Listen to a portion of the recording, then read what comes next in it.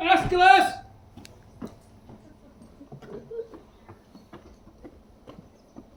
Aeschylus! My lord! Of governmental properties to unfold would seem in me to affect speech and discourse, since I'm put to know that your own science exceeds in that the list of all advice my strength can give you, then no more remains but that to your sufficiency, as your worth is able, and let them work. The nature of our people, our cities and institutions, and the terms for common justice, you're as pregnant in as art and practice have enriched any we imagine. There is our commission, from which we would not have you walk. Call hither, I say, then come before us, Angelo. What figure of us think you he will bear? For you must know, we have with special soul elected him our absence to supply, lent him our terror, dressed him with our love, and given his deputation all the organs of our own justice. What think you of it? Well, if any in Vienna be of worth to undergo such an ample grace and honour, it is Lord Angelo. See where he comes. Ever obedient to your grace's will, I come to know your pleasure. Angelo, there is a kind of character to thy life that, to the observer, doth thy history fully unfold. Thyself and thy belongings are not thine own so proper as to waste themselves upon thy virtues, they on thee. Heaven doth with us as we with torches do, not light them for themselves, for if our virtues did not offer forth of us, 'twere all alike as if we had them not.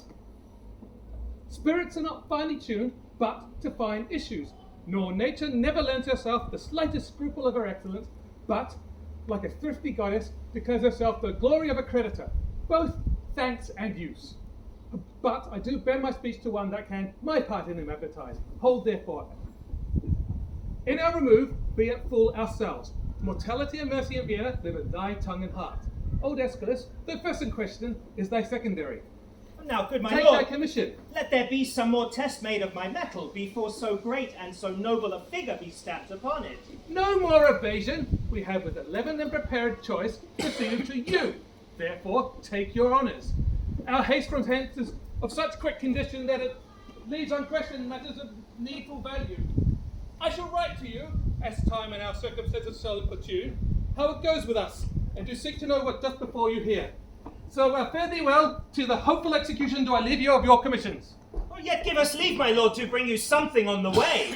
My haste may not admit it, nor need you, on mine honour, have to do with any scruple. Your scope possessed mine own to enforce or qualify the laws as your soul seems good. Give me your hand, I'll privily away.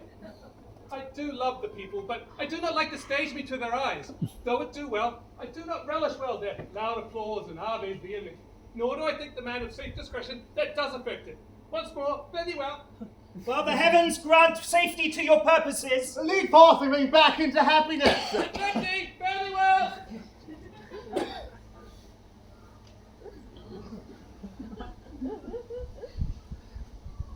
I shall desire you, sir, to give me leave to have free speech with you.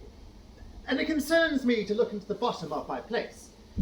A power I have, but what strength and nature I am not yet instructed. 'Tis thus with me. Let us withdraw together, and we shall soon our satisfaction have touching that matter. I shall wait upon your honour.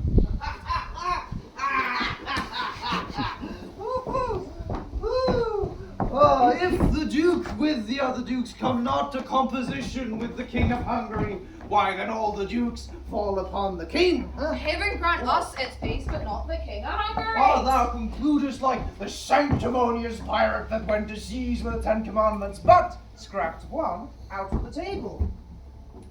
Thou shalt not steal. Aye, that he raised. 'Twas a commandment that set forth the captain and all the others from that which they set out to do. There's not a soldier in us all that in thanksgiving before meat do relish the petition that prays for peace. I believe thee, for I think there never was where grace was said. In meter? In any proportion or in any language? I think in any religion. Well, aye, why not? Grace is grace despite all controversy, as, for example, thou thyself art a wicked villain despite of all grace. Well, there went but a pair of shears between us. I grant, as there between the list and the velvet. Oh, thou art the list. And thou art the velvet. Thou art good velvet. Thou art a three-piled piece, I warrant thee. For I had as lief be a list of English courtesy as thou art piled for French velvet. Do I speak feelingly now? Oh, I think thou dost, and indeed, the most painful feeling of thy speech, I will, out of thine own confession, learn to begin thy health. But whilst I live, forget to drink after thee. I think I've done myself wrong, have I not? Oh, yes, that thou hast, whether thou art tainted or free. Oh, puppy my head! Ah, behold, the matter mitigation comes. I have purchased this unknown as come As to what? judge. $3,000 Yeah. A French crown. Oh, well, thou art always figuring diseases in me. Thou art full of error. I am sound. Nay, not as one would say healthy, but so sound as things that are hollow. Oh, what thy bones are hollow, in piety has made a feast of thee. How now is the most profound Ah, well. Now, there's one yonder, arrested and taken to prison that's worth 5,000 of you all. Who's that, I pray thee? Why, that's Claudio. Signor Claudio. Claudia. 'Tis not so. No, but I know it is so. I saw him arrested, saw him carried off, and what's more, within 3 days his head's to be cut off. But after all this fooling, I would not have it so. Art thou sure of this? I am too sure. And, it's for getting Madame Julieta with child. Oh, believe me, it may be. He promised to meet me 2 hours since, and he was ever precise in promise keeping. True. Besides, it lends something to the discussion which we were having earlier, mostly agreeing with the proclamation. Oh, away! Let's go learn the truth of it. Now, be clean. Oh, what with the war, what with the sweat, what with the gallows and the poverty, I am custom shrunk. How now? What's the news with you? Yonder man is carried to prison. Why? What's he done? A woman. What's his offence? Groping for trouts in a peculiar river. Has he got a maid with child? No, but there's a woman made by him. You've not heard the proclamation, have you? What proclamation, man? All houses in the suburbs of Vienna must be plucked down. Why, what about those in the city? They shall stand for seed. They had gone down too, but then a wise burgher had put in for them. And will all our houses of resort in the city be torn down? To the ground, mistress! Well, here's a danger indeed in the Commonwealth. And what will happen to me? Oh, calm. Fear you not. Good counsellors lack no clients. And though you change your place, you need not change your trade. I'll be your tapster still. Courage. There will be pity taken on you. You that have worn your eyes out in the service. You will be considered. Yes. Oh. What's to do here, Thomas Tapser? Come, let's withdraw. Here comes Signor Claudio, led by the provost to prison. And there's Madame Julia too.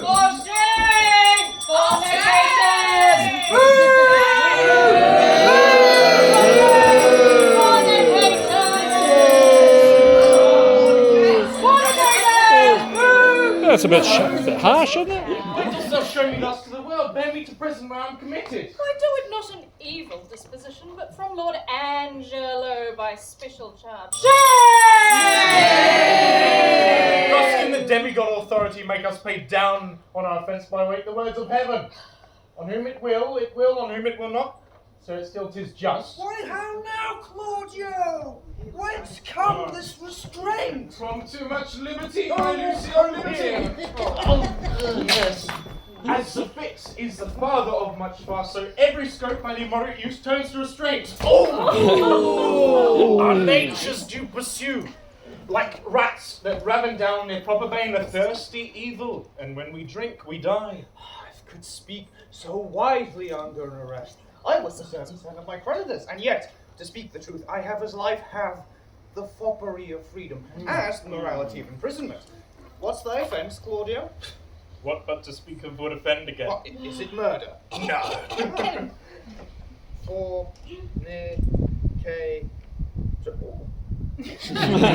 Lechery. Call it so. No way, sir, you must Ah, know. one word, good friend. Lucio, a word with you. 100 if I'll do you any good. Is lechery so looked after? Thus stands it with me. Upon a true contract, I got possession of Julietta's bed. You know the lady? She's fast my wife. Save that we do the denunciation lack of outward order, this we came not to, only for propagation of a dower remaining in the coffer of her friends, from whom we thought it meet to hide our love till time had made them for us. But it chances, the stealth of our most mutual entertainment, too gross is writ on Juliet. With child, perhaps. Unhappily, even so. And the new deputy, now for the Duke, whether it be the fault or glimpse of newness, or whether the body public be a horse whereon the governor doth ride, who, newly in the seat, that it may know he can command, lets it straight feel the spur. Whether the tyranny be in his place, or in his immense that fills it up, I stagger in.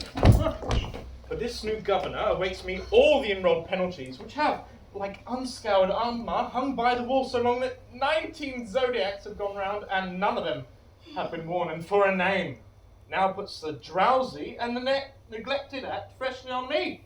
'Tis surely for a name. I warrant it is, and thy head stands so tickle on thy shoulders that a milkmaid, if she be in love, may sigh it off. Send after the Duke and appeal to him. I've done so, but he's not to be found. I prithee, Lucio, do me this kind service. This day, my sister should the cloister enter, and there receive her approbation.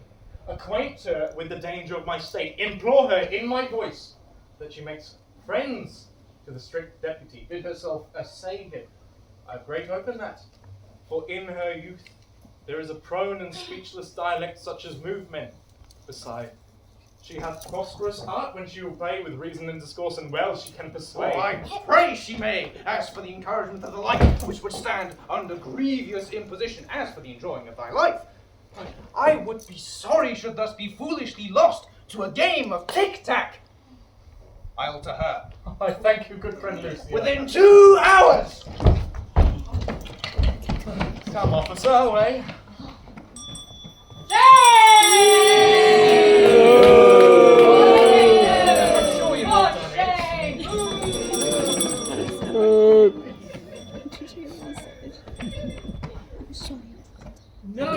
done No, Holy Father. Throw away that thought.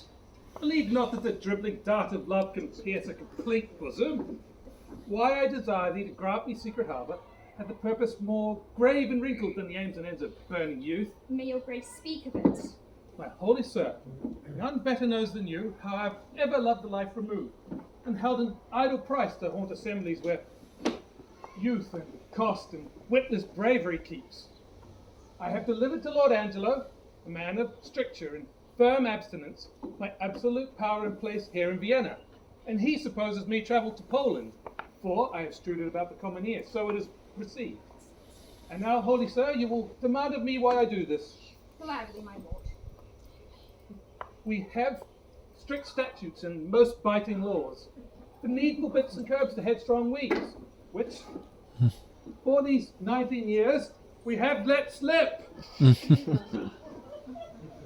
even like an ogre lying in a cave who goes not out to pray. Now, as fond fathers, having bound up the threatening twigs of birch, only to wave them in their children's sight for terror, not to use, in time the rod becomes more mocked than feared. Our decrees, dead to infliction, to themselves are dead. The liberty plucks justice by the nose, the baby beats the nurse, and quite a thought goes all decorum. It rested in your grace to unloose this tide of justice when you pleased. And in it you more dreadful would have seemed than in Lord Angelo. I do fear, too dreadful.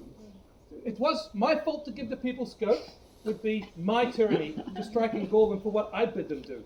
For we bid this be done, when evil deeds have the permissive pass and not the punishment. Therefore, I have delivered to Lord Angelo my power, who may, in ambush of my name, strike home, but never my nature in the fight to do and slander. And, to behold his sway, I will, as to a brother of your order, visit both prince and people. So, I prithee, to supply me with the habit, and instruct me how I may formally in person bear myself like a true friar. More of this without more leisure shall I render you. Only this, Lord Angelo is precise, stands on guard with envy, scarce confesses that his blood flows, or that his appetite is more bread than stone. Therefore we shall see, if power change purpose, what our seemers be.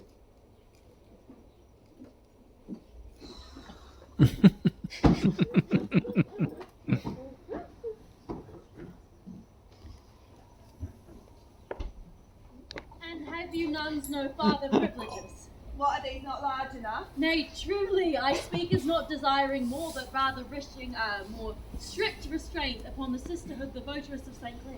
What ho! Peace be in this place!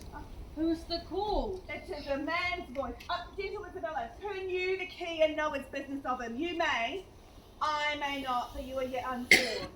When you vowed, you may not talk with a man except in the presence of the prioress. And if you talk to him, you must not show your face. Or if you show your face, you must not talk to him. The ladies! Oh, he calls again, I pray you. Peace and prosperity, who is it that calls? Oh, hail, virgin, if you be, as those cheek roses proclaim you are no less. Could you so steed me as bring me to the sight of Isabella, a novice of this place, and the fair sister to her unhappy brother Claude? Why her unhappy brother? The rather I may now ask and let you know that I am that Isabella and his sister. Ah, fair and gentle, your brother kindly greets you. Not to be wary with you, he's in prison. Me for what? What for that which if I myself might be his judge, he should receive his punishment in thanks. He hath got his friend with child. Sir, make me not your story. Oh, this is the truth. I would never, though. 'Tis my familiar sin with maids to seem the lapwing and to jest, tongue far from heart. Play with all virgins so. I hold to you as a thing inspired and sainted by your announcement, an immortal spirit, to be talked with in sincerity, as with a saint? Oh. Sir, you do blaspheme the good in mocking me. Oh, do not believe it. Fewness and truth, 'tis thus. Your brother and his lover have embraced, as those that feed grow full, as blossoming time that from the seedness the fair vallow frames to teeming poison. Even so, a plenteous womb expresseth his full tilth and husbandry. Someone with child by him, my cousin Juliet. Is she your cousin? Possibly, as schoolmates change their names by vain though active fiction. Oh, but she it is. Let him marry her. But this is the point. The Duke is very strangely gone from hence, bore many gentlemen, myself being one, in hand and hope of action. But we do learn from those that know the very nerves of state that his givings out were of an infinite distance from his true meant design. Upon his place, and with full line of his authority, governs Lord Angelo, a man whose blood is very snowbroth, one who does not feel the wanton stings and motions of the sense, but doth rebate and blunt his natural edge with profits of the mind, study, and thirst. He, to give fear to use and liberty, which have long run past by the hideous law, as mice by lion, hath plucked out an act, under whose heavy sense your brother's life falls forfeit. He arrests him on it, and follows closely the rigour of the statute, to make him an example. All hope is gone unless you have the grace by your fair prayer to soften Angelo, and that my fifth of business twixt you and your poor brother. Doth he so seek his life? Well, as censured it already, and as I hear it, the provost hath a warrant for his execution. Alas, what poor ability is in me to do him any good? Say the power you have. Of my power, I doubt that Our doubts! are traitors that make us lose the good we might oft win by fearing to attempt.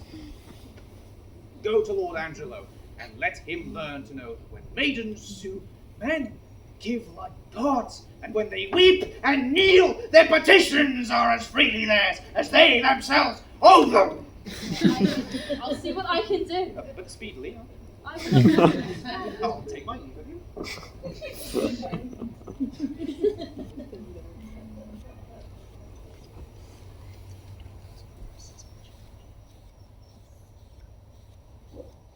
We must not make a scarecrow of the law, setting it up to fear the birds of prey, and let it keep one shape till custom make it their perch, and not their terror. Aye, but yet let us be keen, and rather cut a little than fall and bruise to death.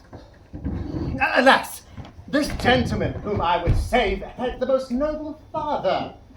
Let but your honour know, whom I believe to be most straight in virtue, was that in the workings of your own affections, kind, coed with place or place with wishing, or that the resident acting of your blood could have attained the effects of your own purpose. Whether you had not some time in your life erred in this point, which you now censure him, and pulled the law upon yourself. 'Tis one thing to be tempted, Aeschylus, another thing to fall. I not deny the jury, passing on the prisoner's life, may in their sworn 12 have a thief or two, guiltier than him they try. What's open made to justice, that justice seizes. What know the law that thieves do pass on thieves? 'Tis very pregnant. The jewel we find, we stoop and take it because we see it. That which we do not see, we tread upon and never think of it. You may not so extenuate his offence, for I have had such faults, but rather tell me when I that censure him do so offend, and let mine own judgment pattern out my death, and nothing come impartial. Sir, he must die. Be it as your wisdom will. Now, where's the provost? Here if it's like, Your Honour. See that Claudio be executed by 9 tomorrow morning.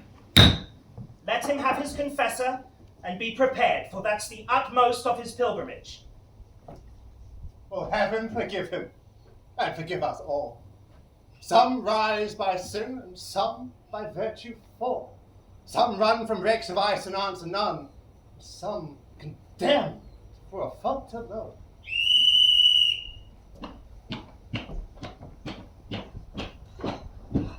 Come, bring them away. If these be good people in commonweal that do nothing but use their abuses in common houses, I know no law. Bring them away. How now? What's your name and what's the matter? If it please your honour, I am the poor Duke's constable. My name is Elbow. I do lead upon justice, sir, and do bring before your honour 2 notorious benefactors. Benefactors? Well, what benefactors are these? Are they not malefactors? If it please your honour, I know not what they are, but precise villains they are, void of all profanation that good Christians ought to have. This comes off well, and here's a wise officer. Oh, go to. Of what quality are they of? Elbow is thy name? Why dost thou not speak, Elbow? He cannot, sir. He's out at elbow. What are you, sir? He, sir, tapster, sir, parcel board, one that serves a bad woman whose house is, as they say, plucked down in the suburbs. Now she professes a hot house, which I think is a very ill house too. How know you this? Marry, sir, by my wife, whom I detest before heaven and honour. Thy wife? Marry, sir, whom I thank heaven is an honest woman. Dost thou detest her, therefore? I say, I will detest myself also as well as she. Then if it not be a bawd's house, it is pity of her life. For it is a naughty house. How do you know this, constable? Marry, sir, by my wife, who, if she had been a woman can't be given, might have been accused of all fornication, adultery, and all uncleanliness there. By the woman's means? Aye, sir, by Mistress Overdone's means. But as she spit in his face, so she defied. Sir, if it please your honour, this is not so. Prove it for these varlets here hear how he was placed? Sir, she came in with child, being longing, saving your honest reverence for stewed prunes. We had but 2 in the house, which at that very distant time stood in a fruit dish. Your honours have seen such dishes. They are not china dishes, but very good dishes. Oh, go to, no matter for the dish, sir. No, indeed, sir, not of a pen. You are in the right there. As I say, this Mistress Elbow being, as I say, with child, and being greatly bellied, and longing for prunes, as I said, and having but 2 in the house, as I said, and this Master Froth here, this very man, having eaten the rest, as I said, and as I say, paying for them very honestly, for I couldn't give you 3 again, Master Froth. No, indeed. Why, very well then, if you be remembered cracking the stones of the 4 state prunes. Aye, so I did indeed. Why, very well then. I'm telling you then, if you be remembered that you are past the cure of such and such, if you kept very good diet, as I told you. All this is true. Why, very well then. Oh, come, you are a tedious fool! To the purpose. What was done to Elba's wife that he has cause to complain of? Come to me with what was done to her. We cannot come to that yet, Your Honour. No? No, I mean it not. But you shall come to it, by Your Honour's leave. Look into Master Froth here, a man of 80 pounds a year, whose father died at Hallowmas. Was not at Hallowmas, Master Froth? All Hallow Eve. Why, very well then. I hope here be truths. He, sir, sitting in a lower chair, 'twas in the bunch of grapes, was it not, where you delight to sit? I have so, as it is an open room and good for winter. Why, very well then. I hope here be truths. This would outlast a night in Russia, when the nights are longest there. I'll leave you to the hearing of the cause, hoping you'll find good cause to whip them all. I think no less. Good morrow to your lordship. Well then, come to me with what was done to Elba's wife once more. Once? Sir, nothing was done to her once. Ask him what this man did to my wife. I beseech Your Honour, ask me. Well, what did this gentleman to her? I beseech you, look into Master Froth here, this gentleman's face. Master Froth, look upon his honour, 'tis for a good purpose. Doth Your Honour mark his face? I do. Doth Your Honour mark it well? Yes, I do, sir. Doth Your Honour see any harm in his face? Why no? I'll be supposed upon the look. His face is the worst thing about him. Good. If his face be the worst thing about him, how could Master Froth do the constable's wife any harm? I would beseech her of Your Honour. He's in the right, Constable. Yeah. What say you to it? First, and it like you, the house is a respected house. Next, this is a respected fellow, and his mistress is a respected woman. By this hand, sir, his wife is a more respected person than any of us all here. Varlet! Thou liest! Thou liest, wicked varlet! The time has yet to come when she was ever respected with man, woman, or child. She was respected with him before he married with her. Oh, which is the wiser here, justice or iniquity? Oh, thou caitiff! Oh, thou varlet! Oh, thou wicked Hannibal!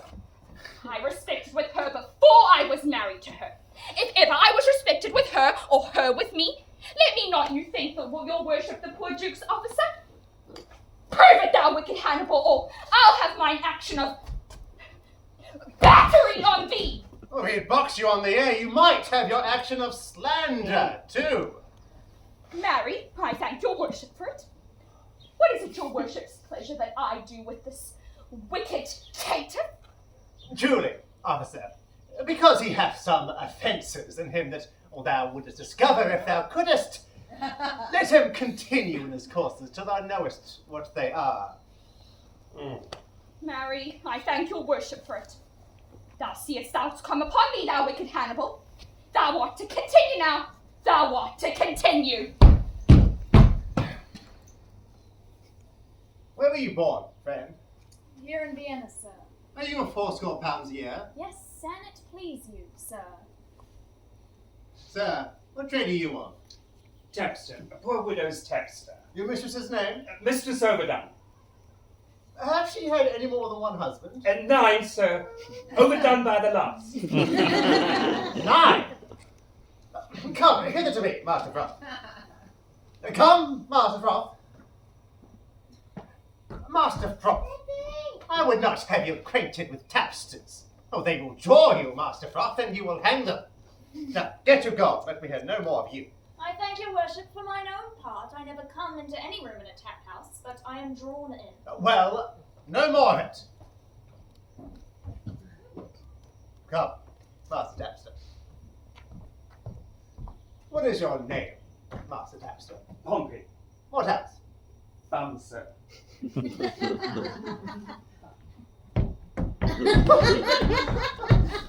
By my troth, and your bum is the greatest thing about you. In the beastliest sense, you are Pompey the Great. Pompey, you are partly a born Pompey, howsoever you colour it, and by being a tapster. Are you not? Come, tell me true, which would be the better for you. Truly, sir, I'm a poor fellow that would love. Oh, how would you live, Pompey? By being a board? What do you think of the trade, Pompey? Is it a lawful trade? If the law would allow it. Oh, but the law will not allow it, Pompey, nor shall it be allowed in Vienna. Does your worship mean to go and splay all the youth of the city? No, Pompey. There are pretty orders beginning, I can tell you. It is but for heading and hanging. If you head and hang all that have failed that way, but for 10 years together, you'll be glad to put out a commission for more heads. If this law hold in Vienna 10 year, I'll rent the first house in it, after Clapham's Bay. Did your worship see that come to pass? St. Pompey told you so. Thank you, good Pompey. And in requital of your prophecy, hark you. Let me not find you before me again upon any complaint whatsoever. No, not for dwelling where you do. If I do, Pompey, I shall beat you to your tent and prove a shrewd Caesar to you. In plain dealings, Pompey, I shall have you whipped. Now get you gone, let me hear no more of you. I thank your worship for your good counsel. But I shall follow it as the flesh and the fortune shall better determine. Whip me? No. Let Carmen whip his jade. The valiant heart is not whipped out of the trade. Come, Master. How long have you been in this place of constable? 7 years and a half, sir. I thought so, by your readiness in office, that you had continued in it some time. Did you say 7 years altogether? And a half, sir. Alas, they do you great pains to put you so oft upon it. Are there not men in your ward sufficient to serve it? Oh, faith, few have any wit in such matters. As they are chosen, they are glad to choose me. I do it for some piece of money and go through with all. Look you, bring me some names, some 6 or 7, the most sufficient of your parish. To your worship's house, sir. Yes, to my house. Very well.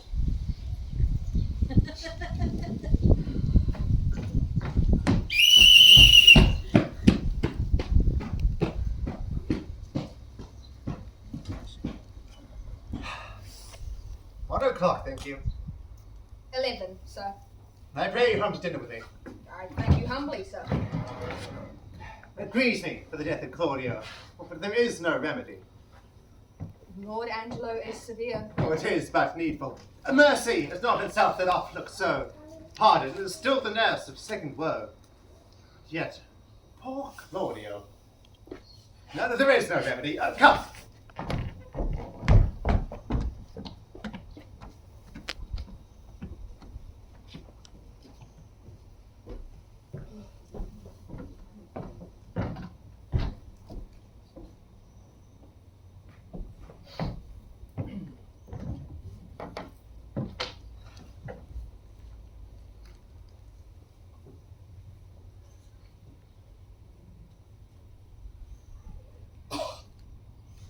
How now, Provost? What's the matter? Is it your will Claudio shall die tomorrow? Did I not tell thee yea? Hadst thou not order? Why dost thou ask again? Lest I might be too rash, under your good correction I have seen when, after execution, judgment hath repented o'er his doom. Go to, let that be mine. Do you your office, or else give up your place, and you shall well be spared. I crave your honour's pardon. What shall be done, sir, with the groaning Juliet? She's very near her hour. Dispose of her to some more needful place, and that with speed. The sister of the man condemned desires access to you. Hath he a sister? I, my good lord, a very virtuous maid, and to be sure to leave a sisterhood, if not already. Well, let her be admitted, and see you the fornicatress be removed. Let her have needful, but not lavish means. There shall be order for it.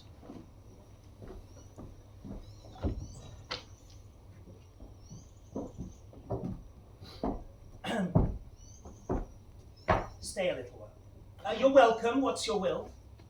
I am a woeful suitor to your honour. Please but your honour him. Well, what's your suit? There is advice that most I do abhor and most desire should meet the blow of justice, for which I would not plead but that I must, for which I must not plead but I am at war twixt will and will not. Well, the matter? I have a brother is condemned to die. I beseech you, let it be his fault and not my brother. Heaven give thee moving graces. Condemn the fault, and not the actor of it? Why, every fault's condemned ere it be done. Condemn the fault and let go by the actor? Mind the very cipher of a function. Oh, just but severe law. I had a brother then. Heaven keep your honour.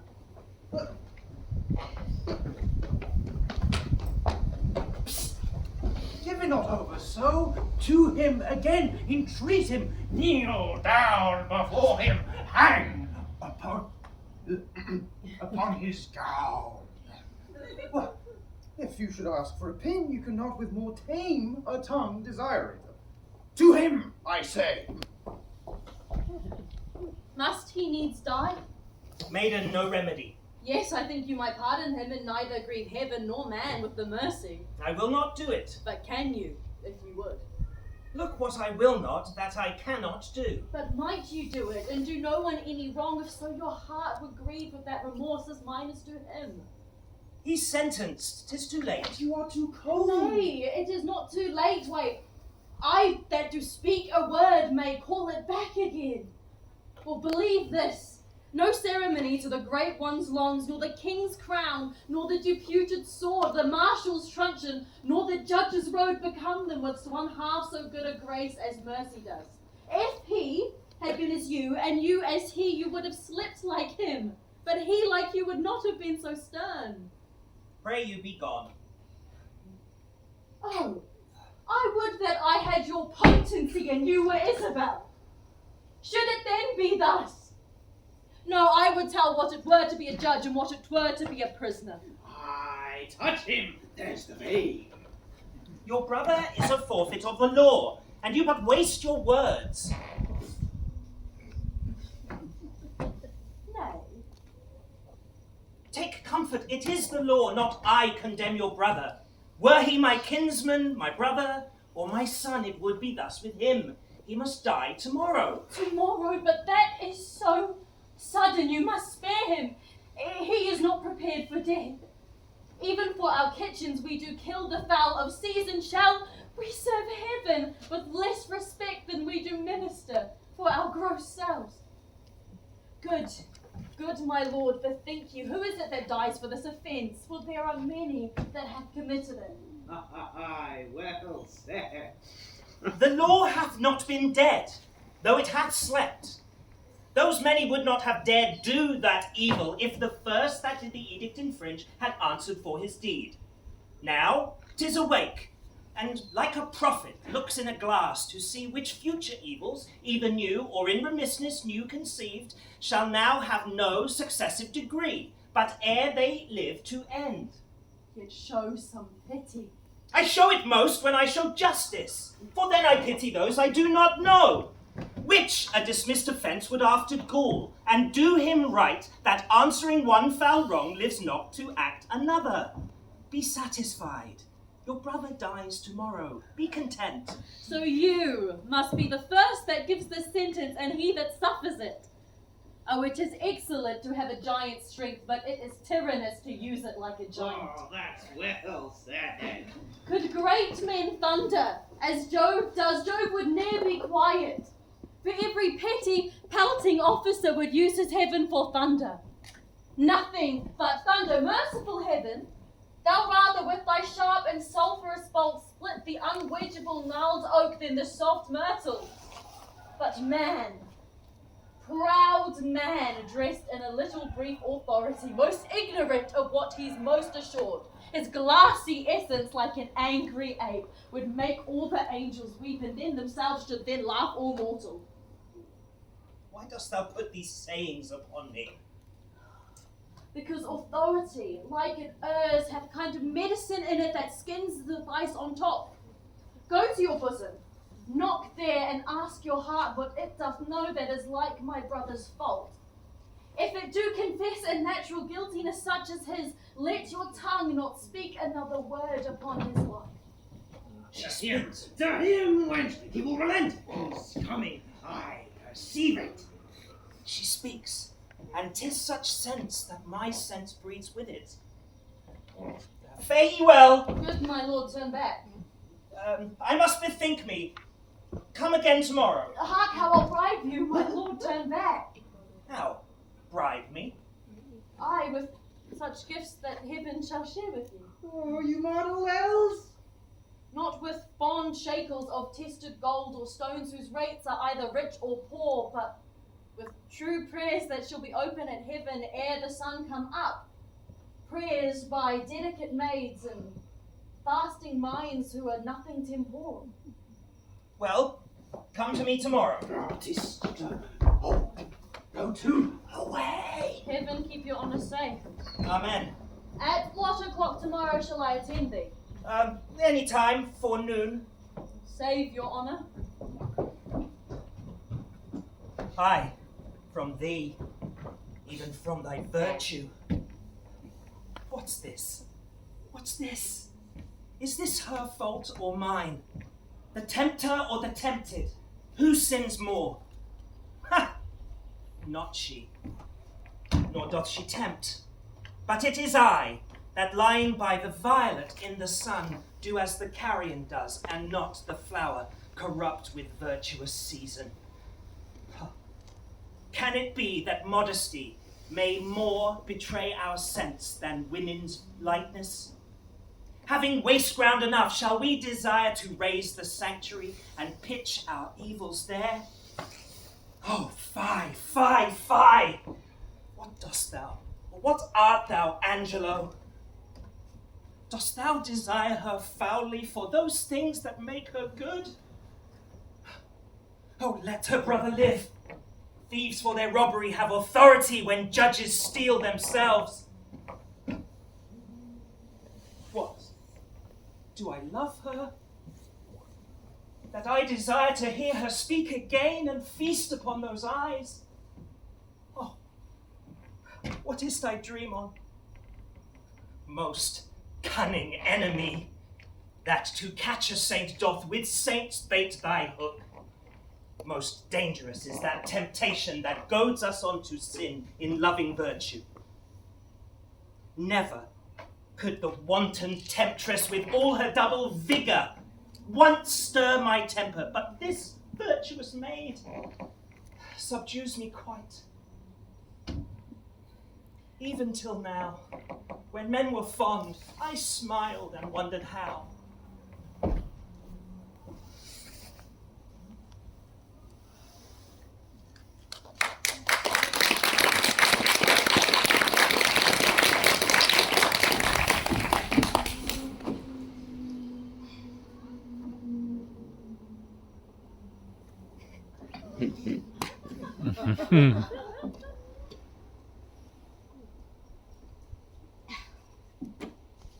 Hail to you, Provost! So I think you are. I am the provost. Oh, what's your will, good friar? Bound by my charities and my blessed order, I come to visit the afflicted spirits here in the prison. Do me the common right to let me see them, that I may know the nature of their crimes, and may minister to them accordingly. I would do more than that if more were needful. Well, look, here comes one, a gentlewoman of mine, who, falling in the floors of her own youth, hath blistered her report. She is with child, and he that got it sentenced, a young man more fit to do another such offence than die for this. When must he die? As I do think tomorrow. I have provided for you. Stay a while, and you shall be conducted. Repent you, fair one, of the sin you carry. I do, and bear the shame most patiently. I'll teach you how you shall arraign your conscience, and will try your penitence, if it be sound or hollowly put on. I'll gladly learn. Love you the man who wronged you? Yes, as I love the woman that wronged him. Then it seems your most offenseful act was mutually committed. Mutually.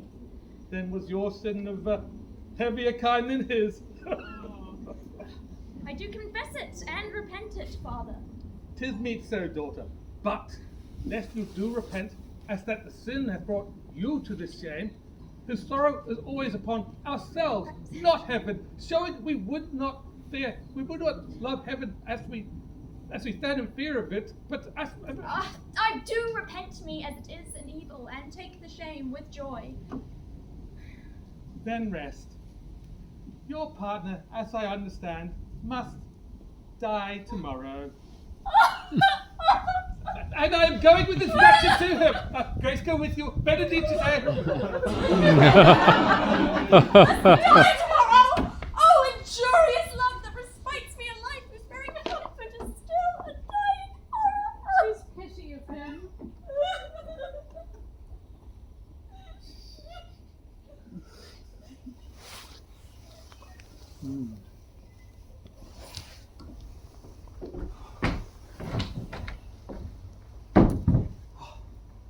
When I would pray and think, I think and pray to several subjects. Heaven hath my empty words, while my invention, hearing not my tongue, anchors on Isabel. Oh, heaven in my mouth, as if I did but chew his name, and in my heart the strong and swelling evil of my conception.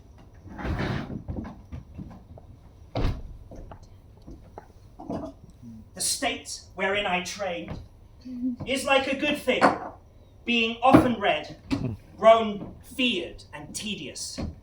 Yea, my gravity, wherein, let no man hear me, I take pride. Could I with boot change for an idle plume the wind doth beat for vain?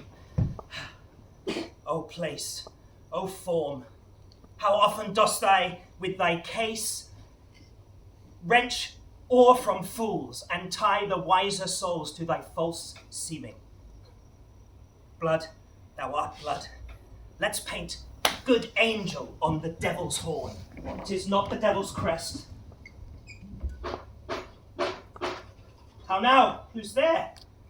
Oh, why does my blood thus muster to my heart, making both it unable for itself and dispossessing all my other parts of necessary fitness?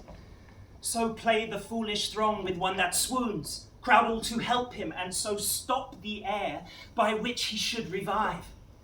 E'en so the general, subject of a well-wished king, quit his own part, and in obsequious fondness rush to his presence, where his untaught love must needs appear offence. How now, fair maid? I am come to know your pleasure. That you should know it would much better please me than should demand what 'tis. Your brother cannot live. Even so, heaven keep your honor. Yet may he live a while, and it may be as long as you or I, yet must he die. Under your sentence. Yea. When, I beseech you, that in his reprieve longer or shorter, he may be so fitted for his soul sickens not.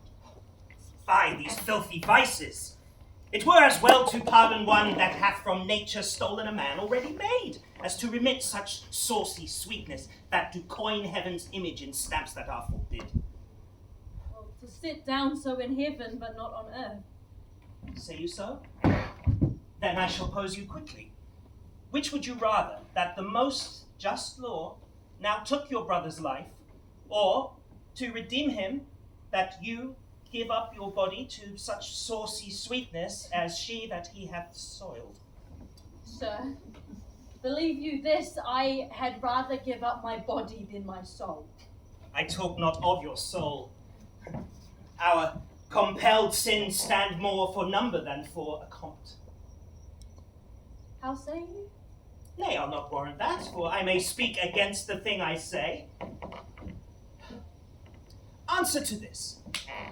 I, now the voice of the recorded law, pass sentence on your brother's life. Might there not be charity in a sin to save this brother's life? Please you to do it. I'll take it as a peril of my soul. It is not sin at all, but a charity. Pleased you to do it at peril of your soul, were equipoise of sin and charity. That I do beg his life, if it be sin, heaven let me bear it. You granting of my suit, if that be sin, I will have it added to the faults of mine, to give it nothing of your answer.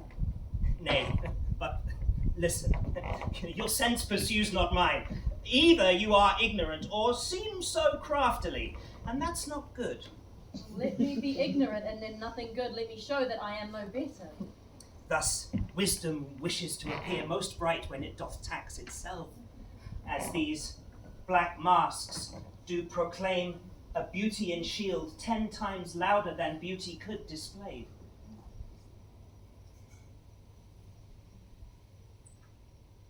Is my brother to die?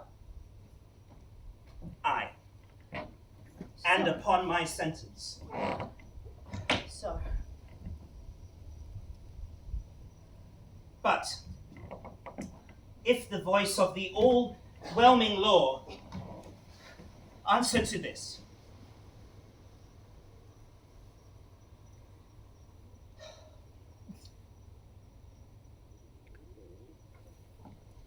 let not us dally and dilly and dilly and dally.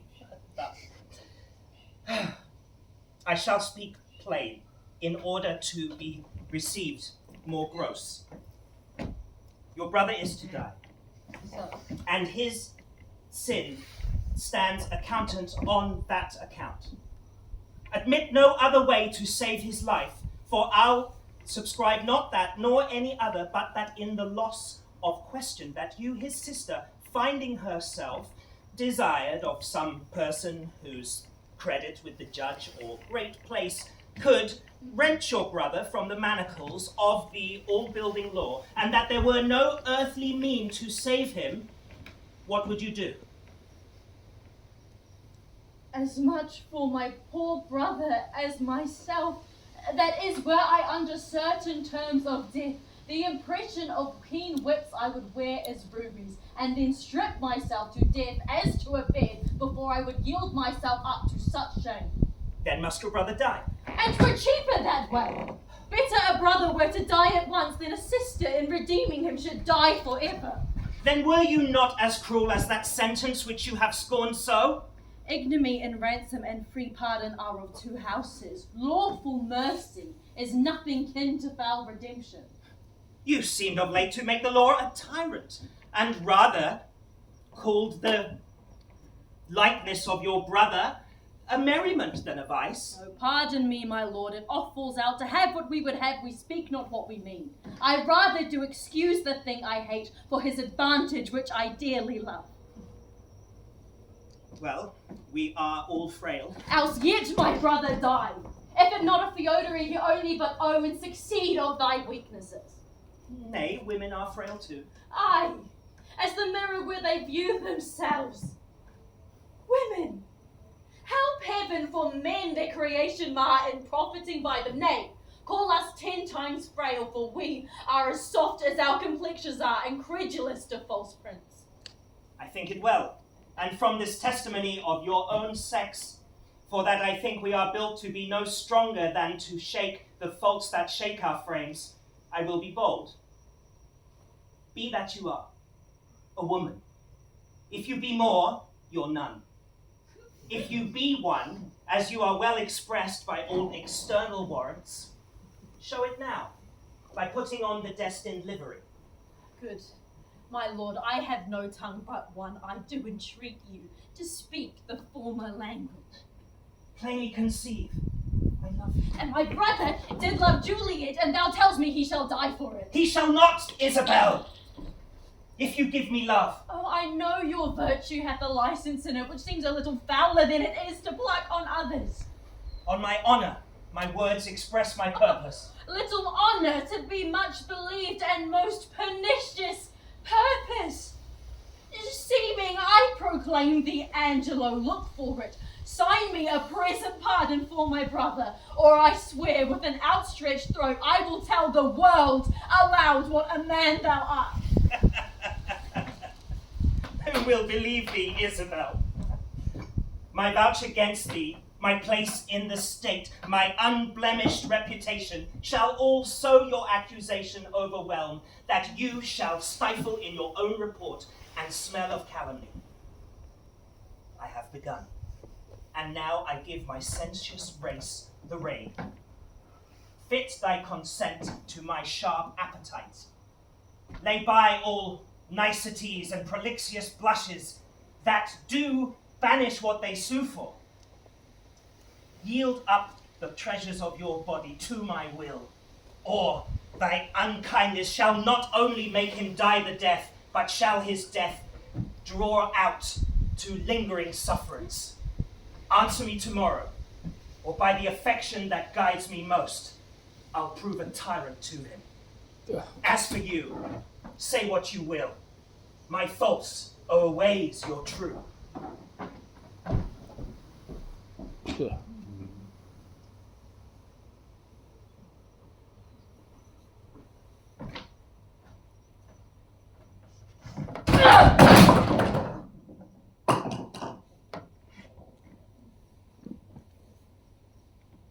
To whom should I complain?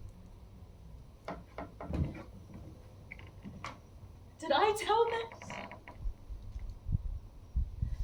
Oh, who would believe me?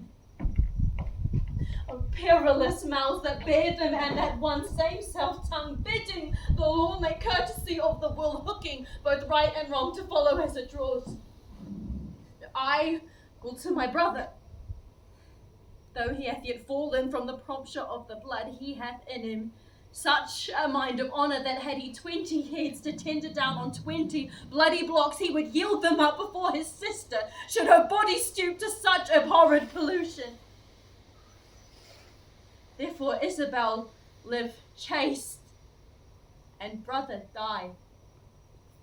For more than our brother is our chastity, I will tell him now of Angelo's request, and set his mind to death for his soul's rest.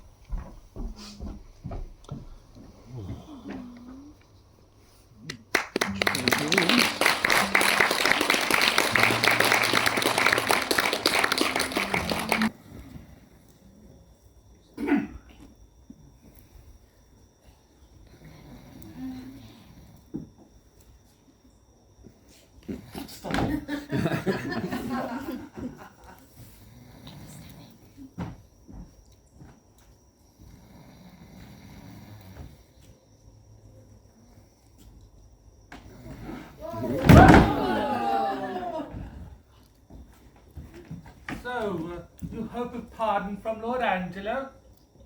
The miserable hath no other hope but only medicine. I hope to live and am prepared to die. Be absolute for death. Either death or life shall thereby be the sweeter. Reason thus with life.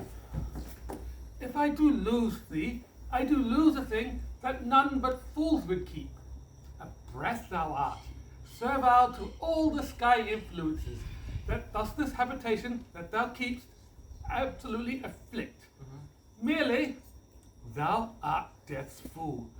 Thou labours by thy flight to shun, yet runs towards him still. What's yet in this that bears the name of life? Yet in this life lie hid more thousand deaths.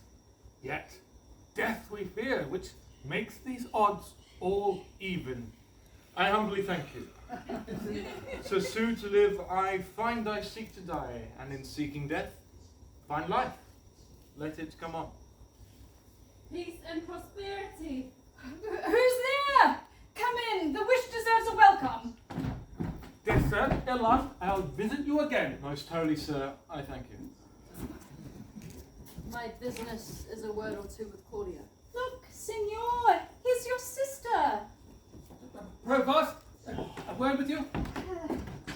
As many as you please. Bear me to where I may hear them speak, that I may be concealed. Now, sister, what's the comfort? Why? As all comforts are. Most good. Most good indeed. Lord Angelo, having affairs to heaven, intends you for his swift ambassador, where you will make an everlasting ledger. Therefore your best appointment make with speed. Tomorrow you set on. Is there no remedy? Nay, but as such a one to save a head, to cleave a heart in twain. But is there any? Yes, there is a kind of mercy in this, Judge, if you'll implore it, that will save you in life but fetter you till death. Perpetual durance? Aye, just perpetual durance. But in what nature?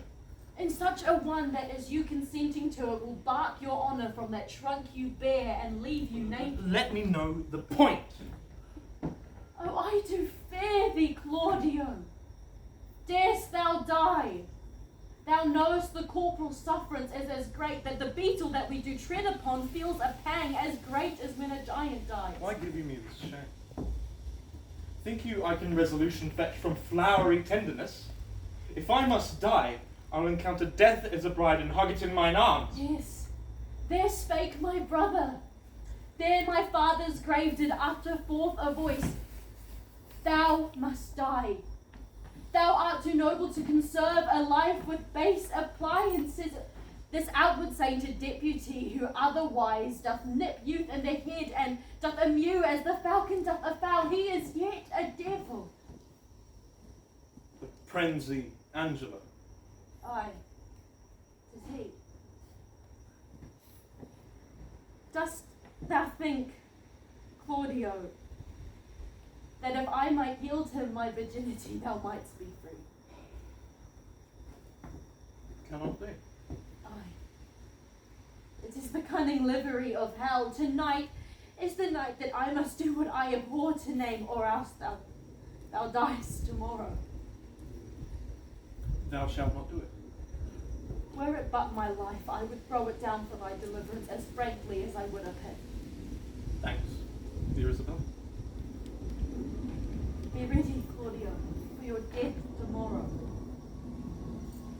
Yes. He has affections that thus can make him bite the Lord by the nose. When would he force it?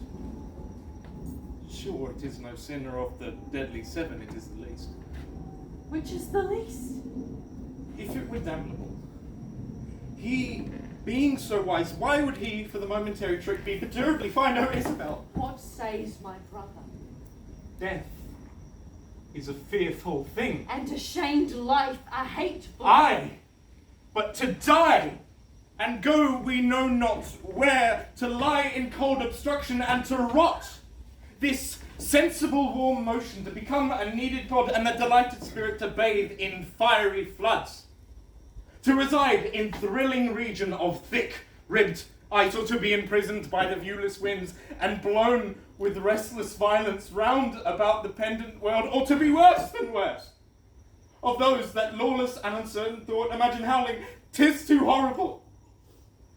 The weariest and most loathed of worldly life, that age, ache, penury, and imprisonment can lay on nature, is but a paradise to what we fear of death. alas. Sweet sister, let me live. What sin you do to save a brother's life, nature dispenses so far that it becomes a virtue. Oh, you dishonest wretch! Wilt thou be made a man of my vice? Is it not a kind of incest to steal one's life from thy sisters? Shame! I hope my mother played my father fair, for ne'er a walk slip of wilderness was issued from his blood. Take my defiance. Die! Perish! Might but my bending down reprieve thee from thy fate, it should proceed that I will pray 1,000 prayers for thy death, but not a word to save thee. Nay, hear me, Isabel. Oh, fie! Fie! Thy sin is not accidental, but a trade. Mercy to thee would prove itself abhorred. It is best that thou diest quickly. Hear me, Isabella. Vouchsafe a word, young sister, with one word. What is your will? Might you dispense with your leisure, I would by and by have some speech with you. The benefit I would require is likewise your benefit.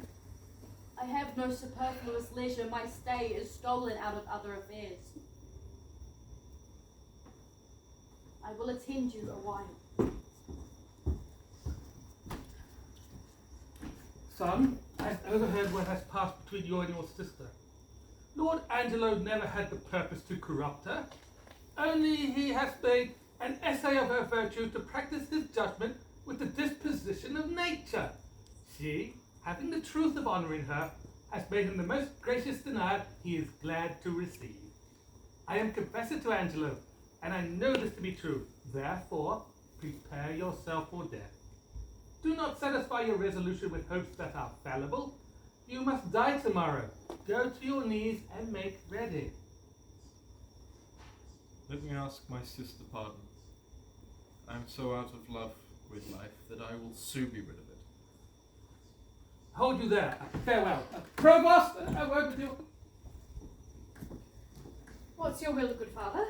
That now that you have come, you will be gone. Leave me a while with the maid. My heart promises of my habit that no loss shall touch her with my company. In good time.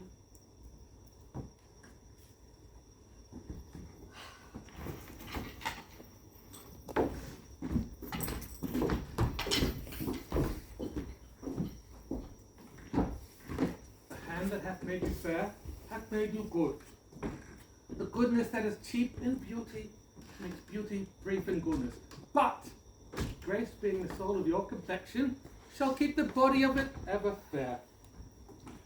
The assault that Angelo hath made to you, fortune hath conveyed to my understanding. But that frailty hath many examples for his failing. I should wonder at Angelo. What will you do to content this substitute and to save your brother? I'm going now to resolve him. I should rather that my brother died by the law than my son be unlawfully born. How the good Duke is deceived in Angelo! If ever I should meet him, I will open my lips in vain, or else discover his government. That shall not be much amiss. But, as the matter now stands, he will avoid your accusation. He made trial of you only. Therefore, fasten your ear on my advisings. For the love I have of doing good, a remedy presents itself. I do make myself believe that you may most righteously do a poor wronged woman a merited benefit. Redeem your brother from the angry law. Do yourself no dishonour in doing it, and much please the absent Duke, if peradventure he shall ever have hearing of this business. Let me hear you speak, father. Virtue is bold, and goodness never fearful. Hath you ever heard speak of Mariana, whose great brother Frederick was a soldier who miscarried at sea? I have heard of the lady. Good words did go with her name. She should this Angelo have married, was affianced to her by oath, and a nuptial appointed, between which time of the contract and limit of the solemnity, her brother's ship was wrecked at sea, taking with it her marriage dowry. Now see how poorly this befell the gentlewoman. In that shipwreck she lost her brother in his love for her most kind and natural.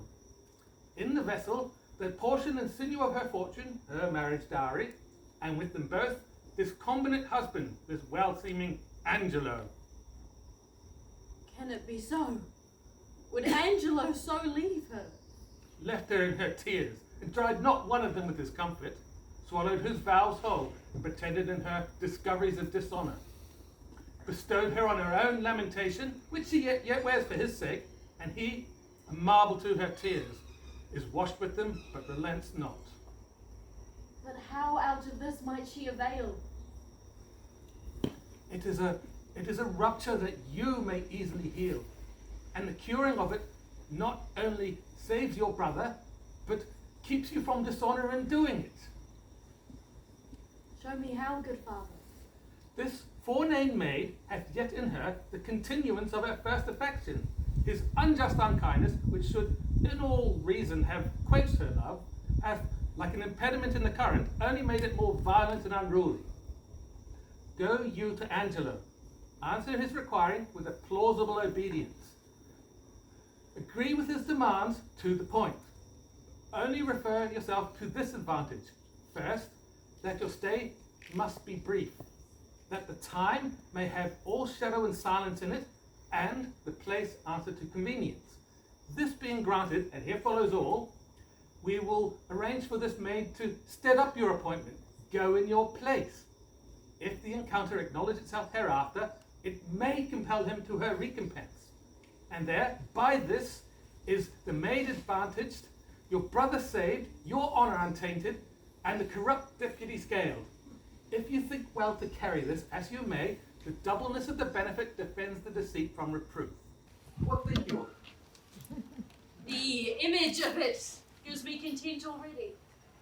It lies much in your holding up. Haste you speedily to Angelo. If for this night he entreat you to his bed, give him the promise of satisfaction. I will presently to St. Luke's. There at the moated grange resides this dejected Mariana. You must call upon me there, and dispatch with Angelo that it may be quickly. Thank you for this comfort. Be you well, good father.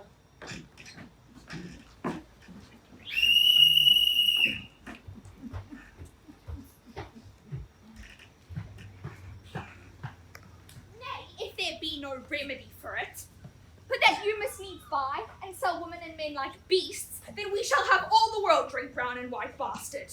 Heavens, what stuff is here? 'Twas never merry world since of two usuries. The merriest was put down, and the worst were allowed by order of law a furred gown to keep him warm, and furred with fox and lambskins too, to signify that craft, being richer than innocency, stands for the facing. Oh, come your way, sir.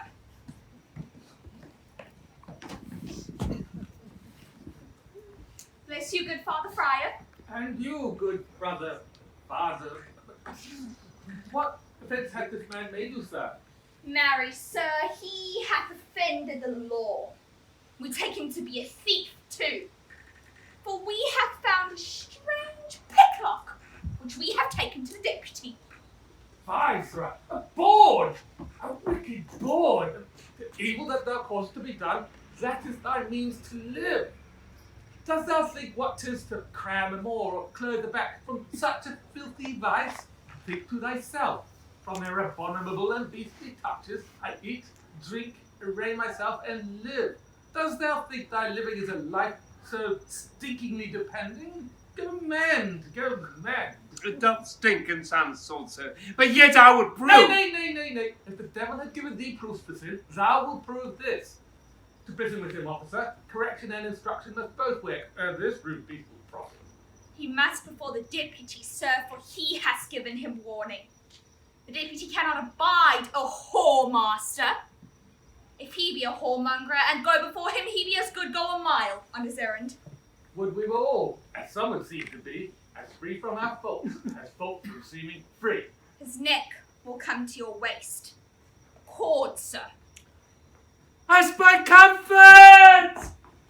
Yes, a gentleman and a friend of mine! Oh, how now, noble Pompey? What, at the wheels of Caesar art thou led in triumph?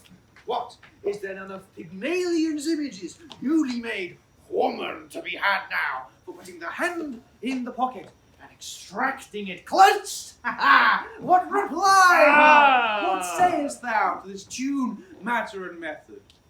Has it not drowned in the last rain? What reply?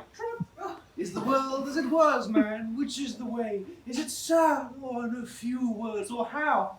The trick of it. Still thus and thus, still worse. Oh, how doth my dear morsel, my mistress, procure she still hard? She've eaten up all her beef, and she's herself in the tub. Why, 'tis good. It is the right of it. It must be so. Ever so your flesh whores and your powdered board. Oh. An unshunned consequence. It must be so. Art thou going to prison, Pompey? Yes, faith, Why, 'tis not amiss. Farewell, Pompey. Say that I sent thee hither. For debt, Pompey, or how? For being a board. For being a board! Well then, imprison him, if it be the due of a board. Why, 'tis his right. Board is he doubtless, and of antiquity too, board born. Farewell, Pompey. Commend me to the prison now, Pompey. You will turn good husband now, Pompey. You will keep the house. I hope your worship will be my bail. No, indeed, I will not, Pompey. It is not the where. I will pray, Pompey, to increase your bondage. If thou not takest it patiently, why, your metal is the more. Adieu, trusty Pompey. Bless you, friar. And you? Oh, does Bridget paint still, Pompey Hart? Come your way, sir. Will you not be my bail, Oh, sir? no, not then, nor now. What do you support, friar? Come your way, sir. Be my Go bail. to kennel, Pompey, go! Oh, hurry up, you board. I'm not bored. Will you be my bail? What news, friar? Of the Duke? I know of none. Can you tell me of any? Well, some say he is with the Emperor of Russia. Others some that he is in Rome. But where is he? Think you, brother? I know not where. But wheresoever he is, I wish him well. It was a mad, fantastical trick of him to steal from the state and usurp from the beggary from which he was never born to. Lord Angelo do sit well in his absence. He puts transgression to it. He does well in it. A little more lenity to lechery would do no harm in him. Something to craft that way, friar. It is too general a vice, and severity must cure it. Yes, in good sooth, it is a vice of a great kindred. It is well allied. But it is impossible to extirpate quite, friar, till eating and drinking be put down. They say this Angelo is not made of man and woman after this downright way of creation. Is it true, think you? How should he be made then? Some report that a sea maid spawned him. Others, some that he was begot between two stockfishes. But it is certain that when he makes water, his urine is congealed ice. Oh, that I know to be true. And he is motion generative. That is infallible. You are pleasant, sir, and speak of faith. Why, what a ruthless thing it is for the rebellion of a codpiece to take away the life of a man! Would the Duke that is absent have done this? He would have hanged a man for the getting 100 bastards, give or take.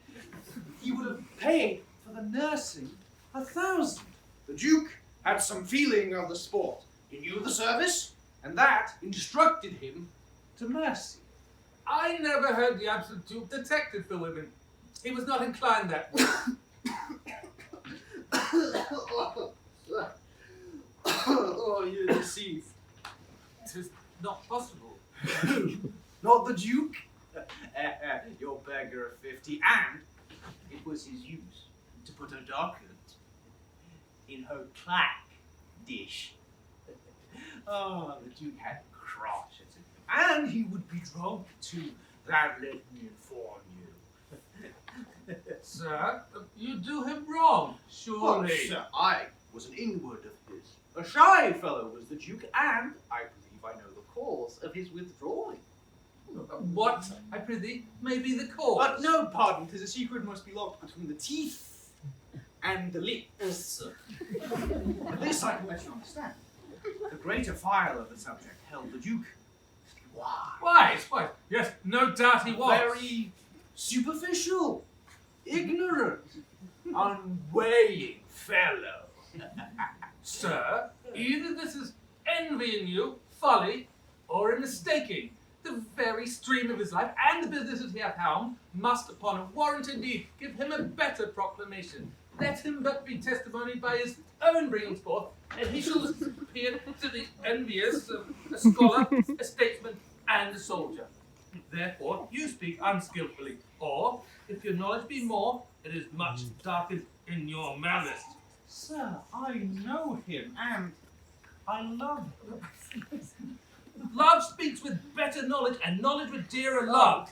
Sir, I know what I know. I can hardly believe that, since you know not what you speak. But if ever the Duke should return, as our prayers are he may, I pray that you give your answer before him. If it be honest that you spoke, that you have the courage to maintain it. Indeed, I may call upon you, sir. And your name?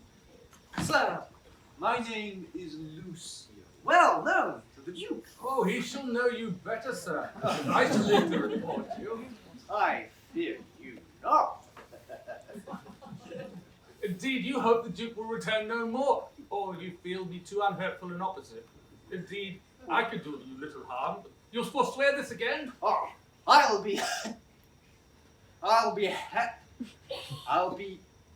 hanged first.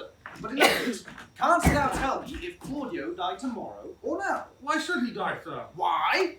For filling a bottle with a tun dish. Harry, I wish the Duke we talked of were returned again. The ungenited agent will unpeople the province with his continency. Sparrows must not build in his houses, for they are lecherous. The Duke would have dark deeds darkly answered. He would never bring them to light. Mary, this Claudio is condemned for untrusting. Farewell, friar. I prithee, pray for me. The Duke, I say to thee again, would eat mutton on Fridays, and he's not past it yet. The Duke, I say to thee again, would mouth with a beggar, though she smelt brown bread and garlic. Say that I said so. Farewell. No might of greatness and mortality can send to escape. Backward in calumny, while his virtue strike. What king can tie up the gall of such a slanderous tongue? Shame! But who comes here? For shame! I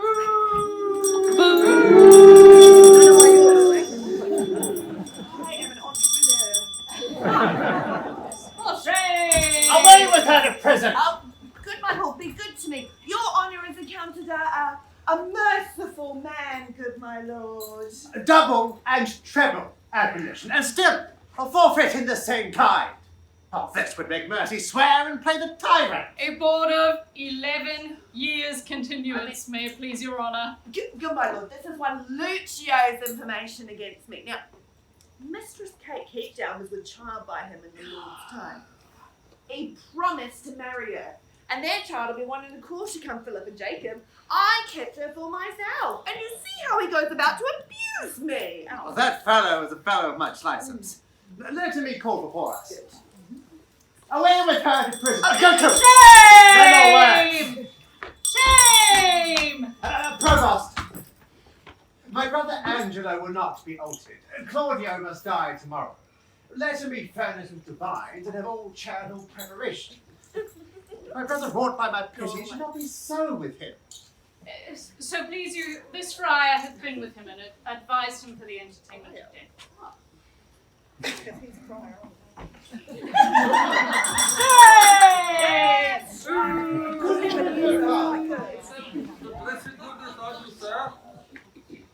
Whence are you? Not of this country. Though my chances now to use it for my time. I am lately come from the Holy See on a special business from His Holiness. What news abroad in the world? None, but that there is a so great a fever on the goodness that the dissolution of it must cure it. The novelty is only on a request, and it is as dangerous to be edged in any kind of course as it is virtuous to be costed in any undertaking. There is scarce truth enough alive to make society secure, but security enough to make a fellowship's accursed. Much upon this riddle runs the wisdom of the world. This is old news, but it is everyday's news. I pray you, sir, of what disposition was the Duke? One that, above all other strifes, contended especially to know himself. What pleasures was he given to? Rather rejoicing to see another married than married anything which professed to make him rejoice. A gentleman of all temperance. But leave we him to his events, with a prayer that they may prove prosperous. And let me desire to know how you find Claudio prepared. I am made to understand that you have lent him visitation. He professes to have received no sinister measure from his judge, and most willingly humbles himself to the determination of justice. But hath he framed to himself, by many examples of his frailty, many deceiving promises of life, which I, at my leisure, have discredited to him, and now is he most resolved to die. You have paid the heavens your function, and the prisoner, the very depth of your calling. I have laboured for poor Claudio to the extremest shore of my modesty. My brother's justice have I found so severe, that he has forced me to say that he is indeed justice. If his own life answer to this severity of his proceeding, it shall become him well, wherein, if he should chance to fail, he hath sentenced himself. Indeed. I'm going to see the prisoner. Fare you well. Peace with you.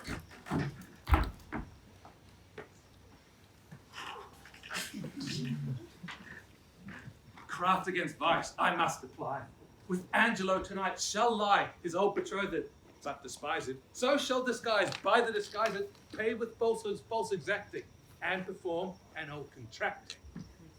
Take those lips away that so sweetly were forsworn, and those eyes, the break of day, lights that do mislead the morn. But my kisses bring again, seals of love, but sealed in vain, sealed in vain. What ho! What ho! Oh. Break off thy song. Here comes a man of comfort, whose advice hath often stilled my brawling discontent. Oh, I cry you mercy, sir, and well could wish you had not found me here so musical. Oh, believe me so, my mirth it much displeased, but pleased my woe. It is good, though music oft hath such a charm, to make bad good, and good provoke to harm. I pray you, tell me, hath anyone inquired for me here today? Much upon this time have I promised here to meet. You have not been inquired after. I have sat here all day. I do confidently believe you. The time has come even now. I crave your forbearance a little. Perhaps I shall call upon you anon with some advantage to yourself. Oh, I am always bound to you. And Very well met and welcome. What news from this good deputy? Yet the garden circummured with brick. There upon the heavy middle of night am I to meet with him. But shall you on your knowledge find this way? I made a due and merry note of it. Besides, he did show me the way twice over. Are there no other tokens agreed between you concerning her observance? None, but a repair in the dark. I have informed him my most stay must be brief, as well as let him know I have made whose persuasion as I come about my brother. Good, it is well borne up. I have not yet made known to Mariana a word of this. I pray you, be acquainted with this maid. She comes to do you good. I do desire the like. Do you persuade yourself that I respect you? oh, friar, I know you do, and have often found it.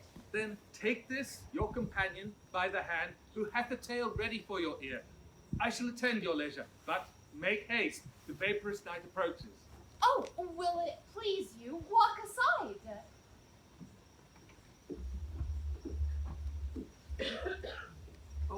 place and greatness. Millions of false eyes are stuck on thee. Volumes of report run with these false and most contrarious quests upon thy doing. Thousand escapes of wits make thee the father of their idle dreams and wreck thee in their fancies. Welcome, how agreed? She will take the enterprise upon her father if you advise it. It is not my consent, but my entreaty too. Little have you to say when you depart from him, but soft and low, remember now my brother. Fear me not. Yes, fear you not, gentle daughter. He is your husband on a prior contract. To bring you thus together is no sin, sith that the justice of your title to him doth flourish the deceit. Now come, let us go. Our corns to reap, yet our tithes to sow.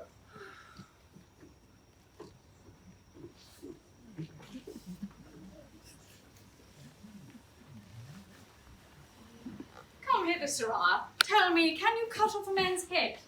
If the man be a bachelor, sir, I can.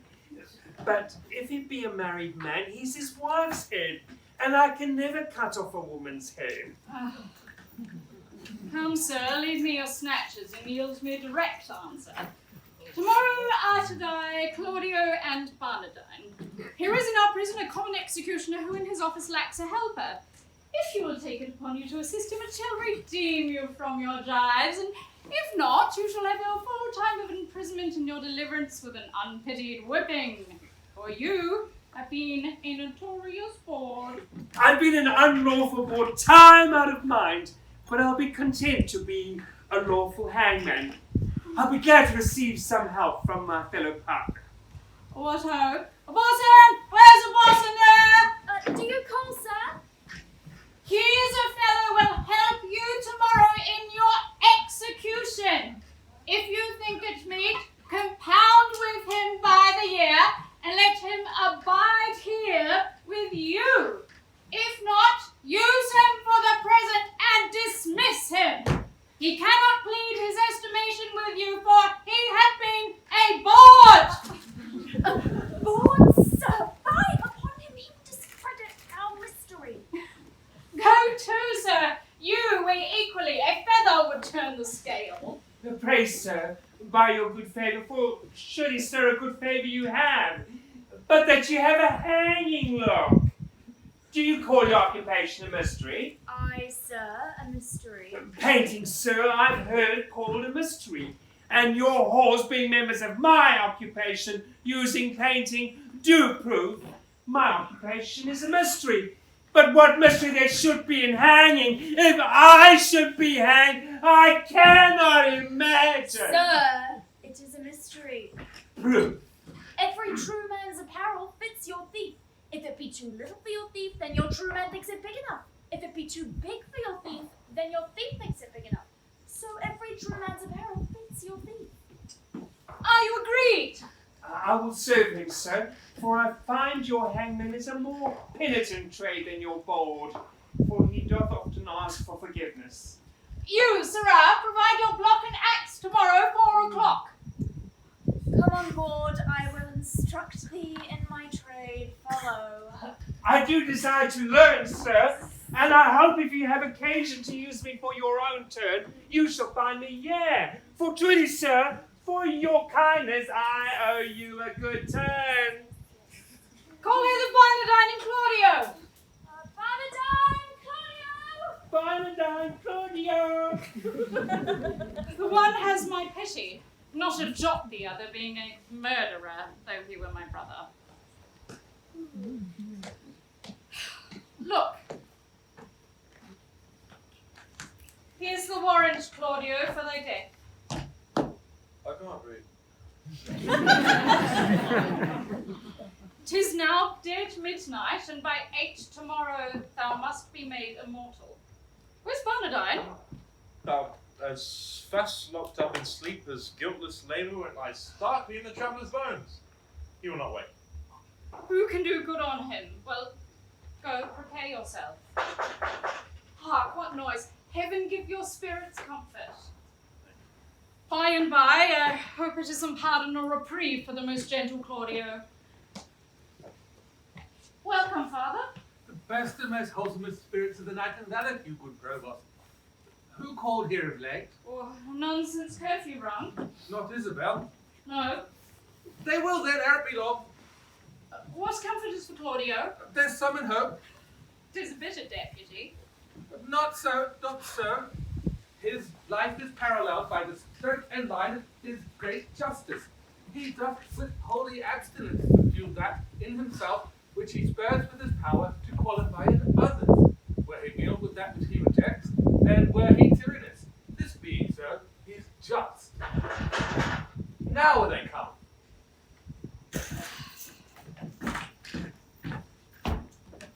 This is a gentle provost. Seldom when the steel jailer is friend of men. How now? What noise? The spirit possessed with haste that moves the existing provost with these strokes. Oh, there he must stay until the officer arrives to let him in. He is called up.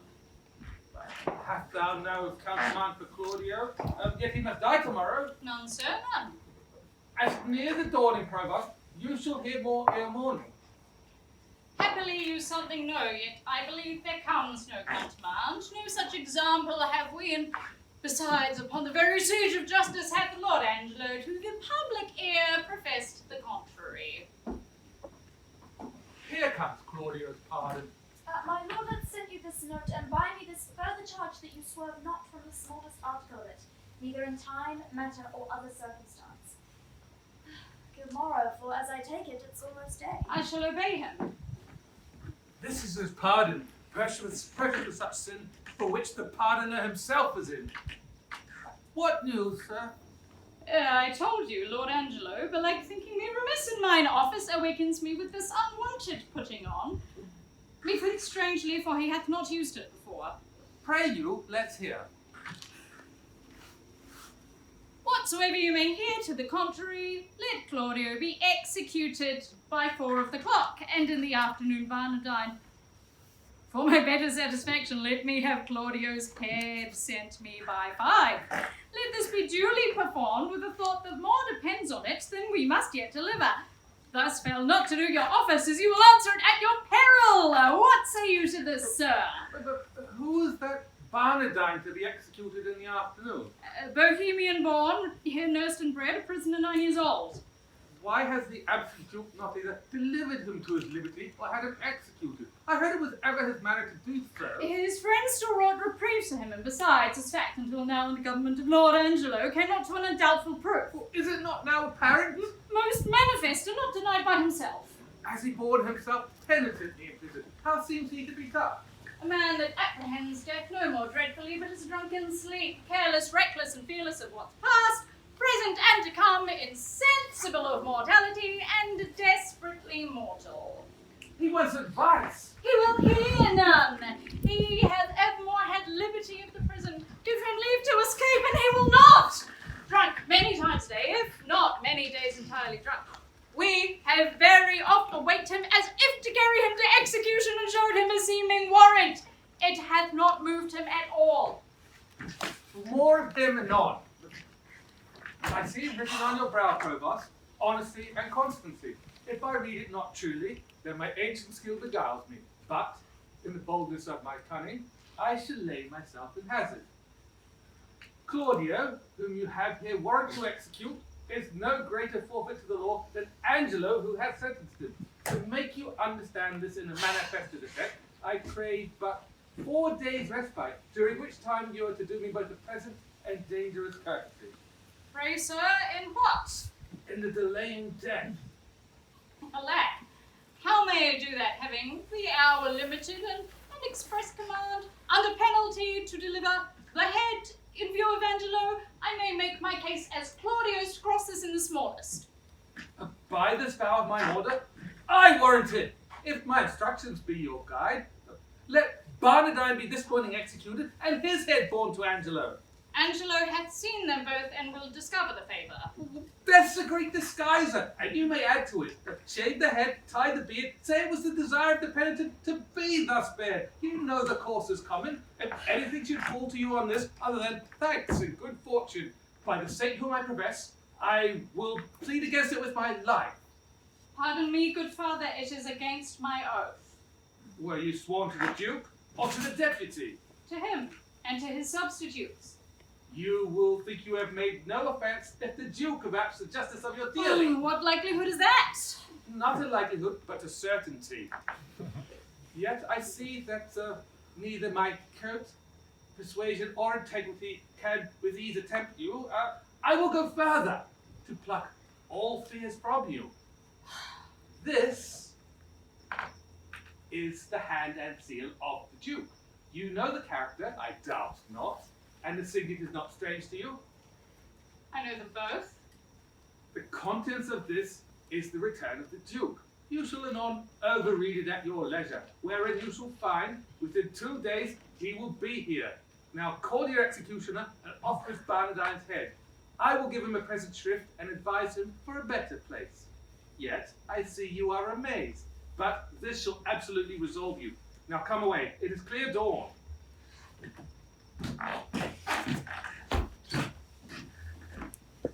I'm as well acquainted here as I was in our own house of profession. One would think it were Mistress Overdone's house, for there be many of her customers here.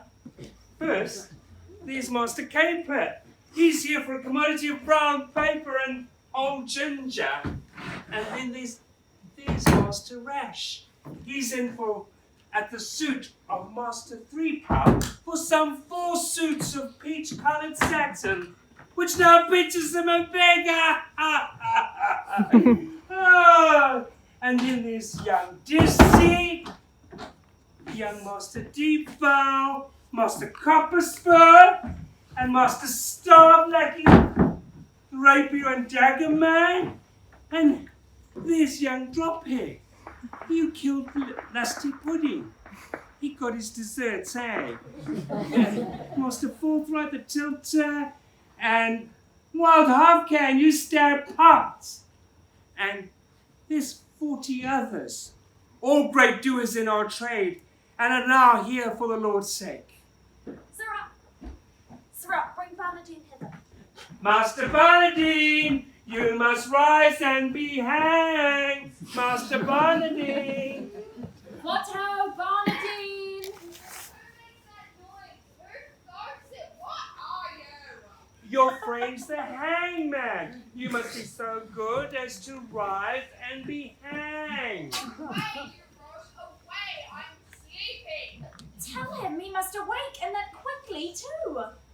Awake, Master Barnardine, and then be executed and sleep afterwards. Go into him and fetch him out. He's coming, sir, he's coming. I hear his straw rustle. Is the pot ready, Sirrah? Yes. Yes, sir.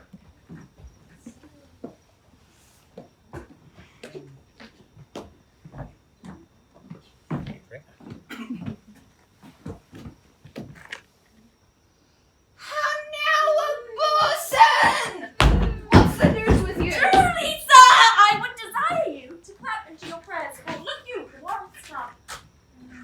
You rogue. I have been drinking all night. I'm not fitted for it. The better, sir.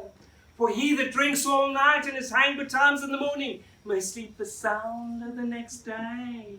Look you, sir, here comes our ghostly father. Do we just now, think you? Sir, induced by my charity, and hearing how hastily you are to depart, I come to advise you, comfort you, and pray with you. Cry not time. I have been drinking hard all night, and I shall have more time to prepare myself. Else they shall beat my brains out with billets. I do not consent to die today. But sir, you must, and therefore I beseech you, look forward on the journey on which you will go. I will not die today for any man's persuasion. Oh, but here you No more! Have you anything further to say to me? Come to my ward. For I will not die today. Unfit to live or die after a fellow, bring him to the floor. Barnardine! I do not consent! Barnardine! I do not! Now, how do you find the prisoner? A creature unprepared, unmeet for death. To transport him in the mind is where damnable. Here in the prison, Father, there died this morning of a cruel fever one Ragazine, a most notorious pirate, a man of Claudio's years, his beard and hair just of his colour. What if we do omit this reprobate till he were well inclined, and satisfy the deputy with the facade of Ragazine more like to Claudio? 'Tis an accident that heaven provides. Ah! Dispatch it presently. The hour draws on, prefixed by Angelo. See this be done, whilst I persuade this wretch willingly to die. And this shall be done, good father, presently, but Barnardine must die this afternoon. And how shall we continue Claudio to save me from the danger that might come if you were not alive? Let this be done. Put them both in secret holes, both Barnardine and Claudio. Ere twice the son have made his journal greeting to the under generation, you shall find your safety manifested. I am your free dependent. Quick, dispatch the head. I will write letters to Angelo, provost. He shall bear them, whose contents shall witness that I am near at hand, and by grand injunction, am bound to enter the city publicly. Him I'll desire to meet me at the consecrated fount, a league below the city, and thence, with cold gradation and well-balanced form, we will proceed with Angelo. Here's the head! I'll carry it myself. Convenient it is. Dispatch it and return here quickly. I want to commune with such business I want no ear but yours. I'll make all speed.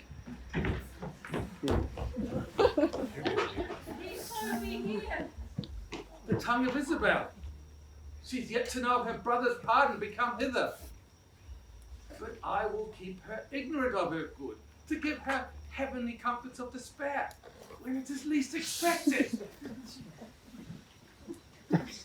Oh, by your leave. Good morning, fair and gracious daughter. No, the better is given me by so holy a man. Tell me, hath Angelo sent my brother's pardon? He hath released him, Isabel, from the world.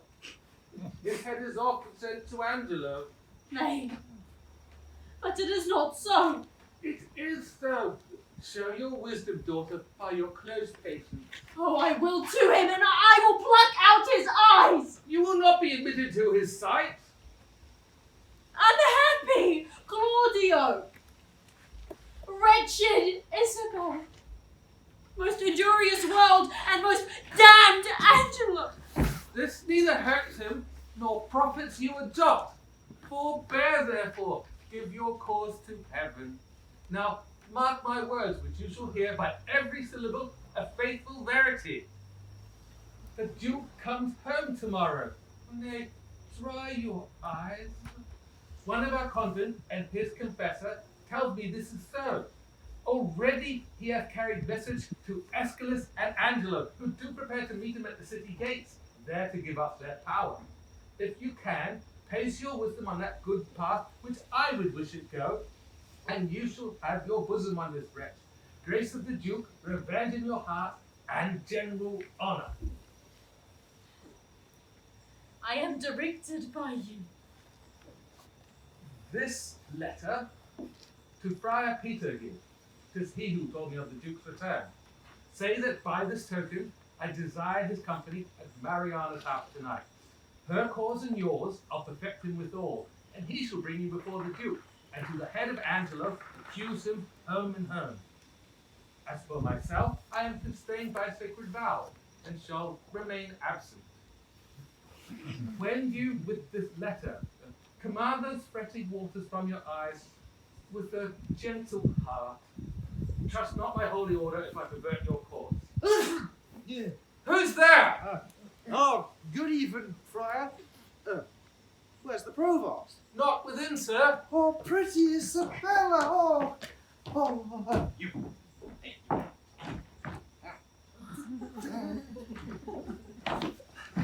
I'm fain to dine and sup on water and bran. I dare not, for my head, fill my belly.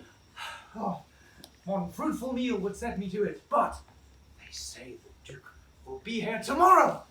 Oh, by my troth, Isabel, I loved your brother. If the old Duke of dark, fantastical corners had been at home, he had lived. The Duke is marvellous little beholding to your thoughts, but the best is, he lives not in them. Well, thou knowest not the Duke as well as I do, Friar. He's a better woodsman than thou takest him for. You'll answer for this someday, sir. Very well. Oh, nay, tarry, I'll go along with thee. Ooh, I can tell thee pretty tales of the Duke. You've told them enough, sir, if they were true, and if they were false, then none were enough. I was once before him, forgetting a wench with a child. Did you do such a thing? Yes, marry I did, but I was fain to forswear it. They would else have me marry the rotten meddler. Oh, your company's better than honest, very well. Oh, my truth, I'll go along with you.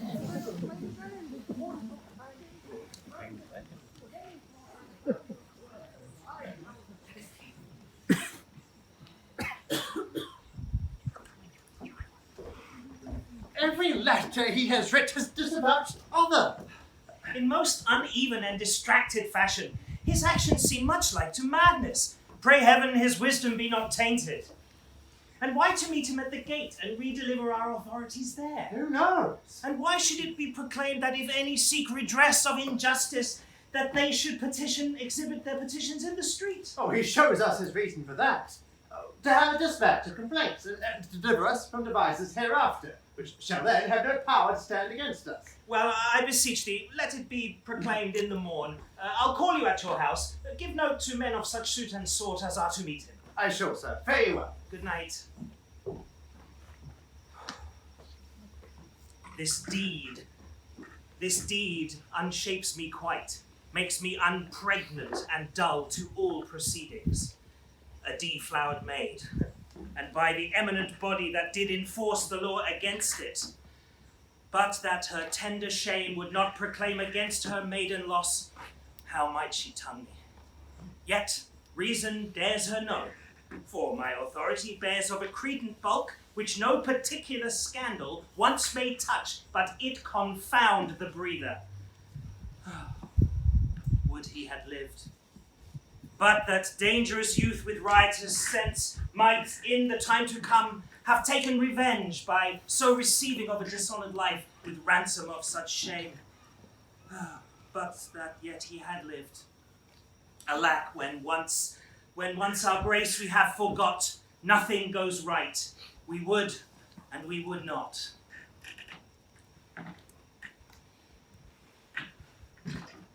My very worthy cousin, fairly met. Our old and faithful friend, we are pleased to see you. Happy return be to your royal grace. Many and hearty thankings to you both. We have heard such goodness of your justice, we cannot help but yield you forth to more public thanks, before running more requites. Well, you make my bond still greater. Oh, your desert speaks loud, and I would wrong it to lock it in the wards of covert bosom, when it deserves with characters of brass, afforded residence against the tooth of time, and razor of oblivion. Give me your hand, and let the subjects see that they may know that outward courtesies would fain proclaim favours that keep within. Aeschylus, you must be by us on our other hand, and good supporters are you. Now is your time. Speak loud and kneel before him. Justice! O royal duke, veil your regard upon a wronged. I would fain have said a maid. Dishonour not your eye by looking upon any other until you have heard me in my true complaint and given me justice. Justice! Justice! Relate your wrongs. In what? By whom? Be brief. Here is Lord Angelo can bring you justice. Reveal yourself to him. O worthy Duke, you do bid me seek redemption of the devil. You must hear me yourself, for what I am to speak will either punish me or wring redress from you. Hear me, hear. My lord, her senses, I fear, are not firm. She hath been a suitor to me for her brother, cut off in course of justice. Oh, by course of justice. And she will speak most bitterly and strange. Most strange, but yet most truly will I speak. That Angelo is forsworn. Is it not strange? That Angelo is a murderer. Is it not strange that Angelo is an adulterous thief and hypocrite, a virgin violator? Is it not strange and strange. Nay, it is 10 times strange. Aye, and it is 10 times true. For truth is truth to the end of reckoning. Away with her. Poor wretch, you know not what you speak. Good. Good, my lord. Do not think I know not what I speak, or that I am touched with madness. You must now begin to think what is like is not impossible. Is it not impossible that one such as Angelo may seem as shy, as grave, as just, and as absolute as he? Even so may Angelo, with all his caracts, titles, forms, be an art villain. Believe it, royal prince, if he be less, then he is nothing. But I swear he is more than I have even words for badness. By mine honour, if she be mad, as I believe no other, her madness has the oddest frame of sense, such a dependence of thing on thing, as e'er I ever heard of madness. I am the sister of one Claudio, condemned to death upon the act of fornication. Condemned by this one Angelo. I, in probation of the sisterhood, was sent to by my brother, one Lucio at this time was the messenger. Oh, that's I, and like your grace, I came to her from her brother Claudio and desired access to her for her poor brother's pardon to Lord Angelo. That's he indeed. You were not bid to speak. No, my lord, nor wished to hold my peace. I wish it now then. Pray you take note of it. And when you have business for yourself, pray heaven you then be perfect. I warrant, your honour. The warrant's for yourself. Take heed to it. This gentleman told somewhat of my tale. Oh, right. It may be right, but you are wrong to speak before your time. Proceed. I went to this pernicious caitiff deputy to... That's somewhat madly spoken. Pardon it! The phrase is to the matter. Mend it again. The matter, proceed.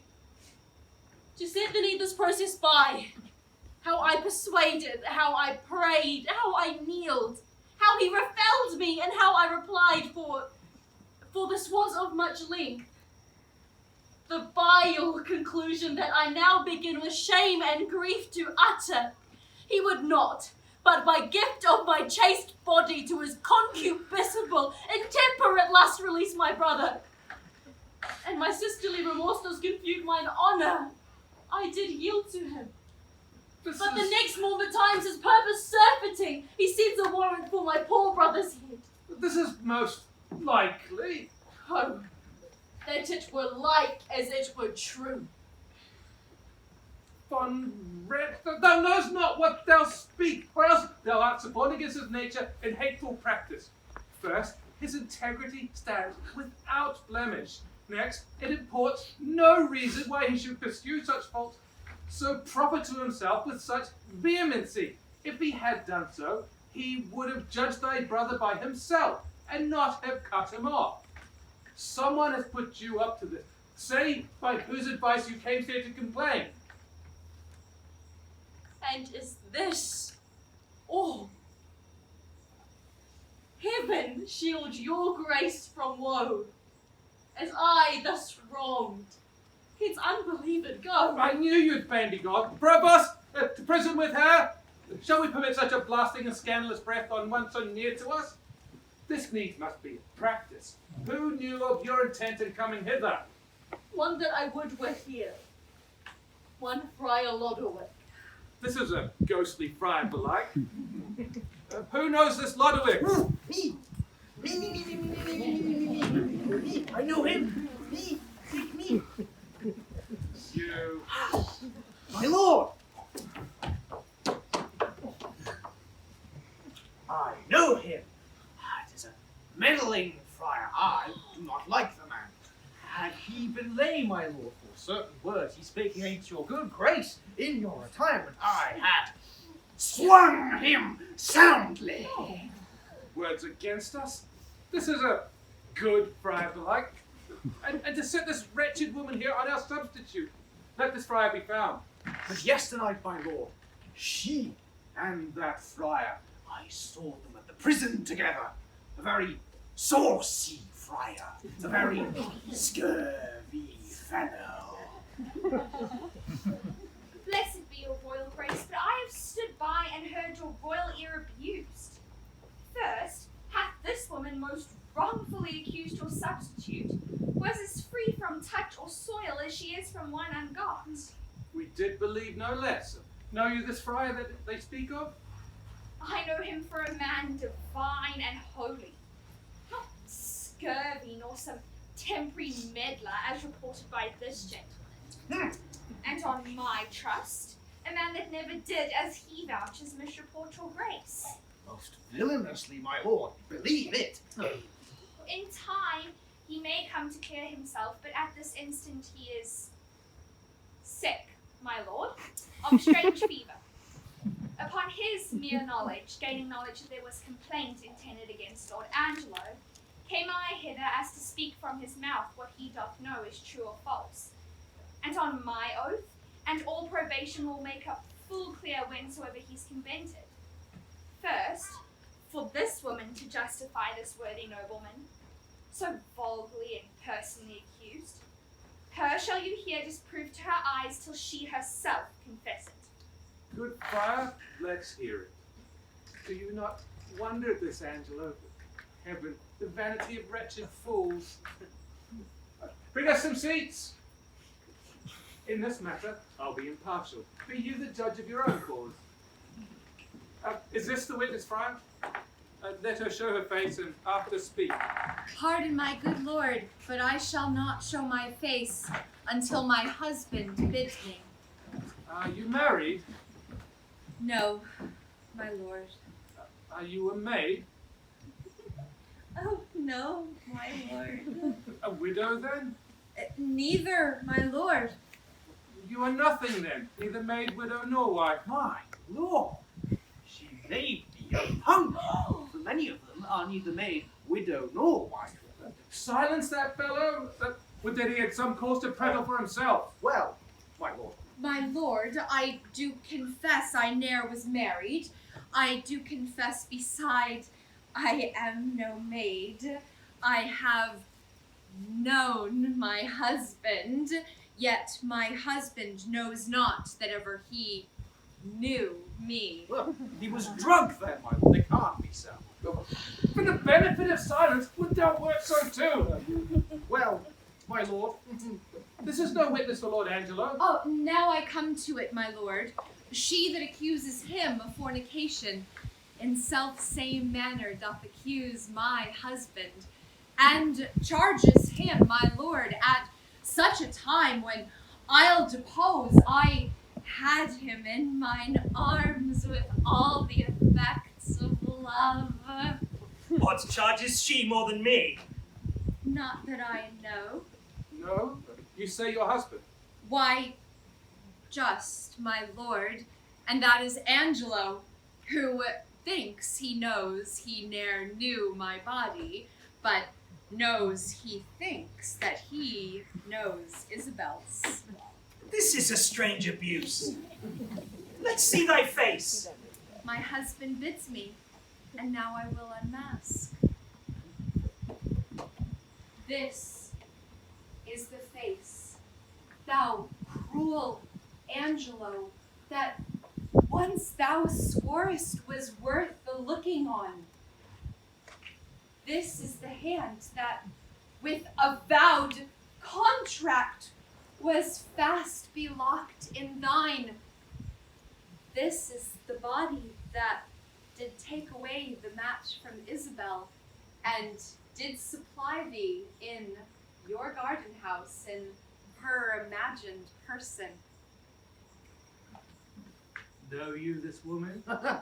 Carnally, she says. Sir, I know more. What? Enough, my lord. My lord, I must confess, I know this woman, and there was some talk some 5 years since of marriage betwixt herself and I, which was cut off, in part for that her promised proportions came short in composition, but in chief for that her reputation was disvalued in levity. Since which time of 5 years I have not seen her, spake with her, nor heard from her, upon my faith and honour. My lord, as there comes light from heaven and truth from words, as there is sense in truth and truth in virtue. I am affianced this man's wife as strongly as words can make up vows. And, my good lord, but Tuesday night last gone, in his garden house, he knew me as a wife. My lord, I did but smile till now. Give me scope of justice. My patience here is touched. I do perceive that these poor informal women are but instruments of some more mightier member that sets them on. My lord, give me leave to find this practice out.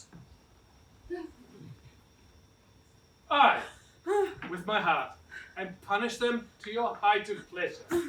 Thou foolish friar, the most pernicious woman, come back with her that's gone. Thinkst thou that thy oaths, though they would swear down each particular saint, and testimonies against his worthly credit, that sealed in approbation? My cousin Aeschylus, lend him your kind pains to find out the seduce, whence 'tis derived. There is another friar that set them on. Let him be found. Would that he were here, my lord, for he hath sent the woman onto this complaint. Your provost knows where he abides, and he will find him. Go do it instantly. And you, my noble cousin, whom it concerns to hear this matter forth, do with your injuries as seems you best, in any chastisement. I for a while will leave you, but rest not until you have well determined upon these slanderers. My lord, we'll do it thoroughly. Senor Lucia, did not you say you knew this friar Logic to be a dishonest person? Cuculus, non facit, monacu. Honest in nothing but in his clothes, and one to speak most villainous speeches of the Duke. We shall entreat you to abide here till he come and enforce them against him. We shall find this friar to be a notable fellow. As any in Vienna on, my word. And call that same Isabel here once again. I will speak with her. I pray, my lord, give me leave to question. Oh, you shall see how I'll handle that. Not better than he by her own report. Say you? Marry, sir, if you would handle her privately, methinks, she would sooner confess, perchance. Publicly, she'll be ashamed. I will go darkly to work with her. That's the way. For women are light at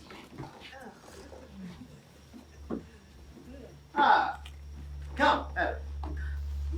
Here's a gentlewoman denies all that you have said. My lord, here is the rascal that I spoke of, with the provost. In very good time. Speak not you to him till we call upon you. Come, sir.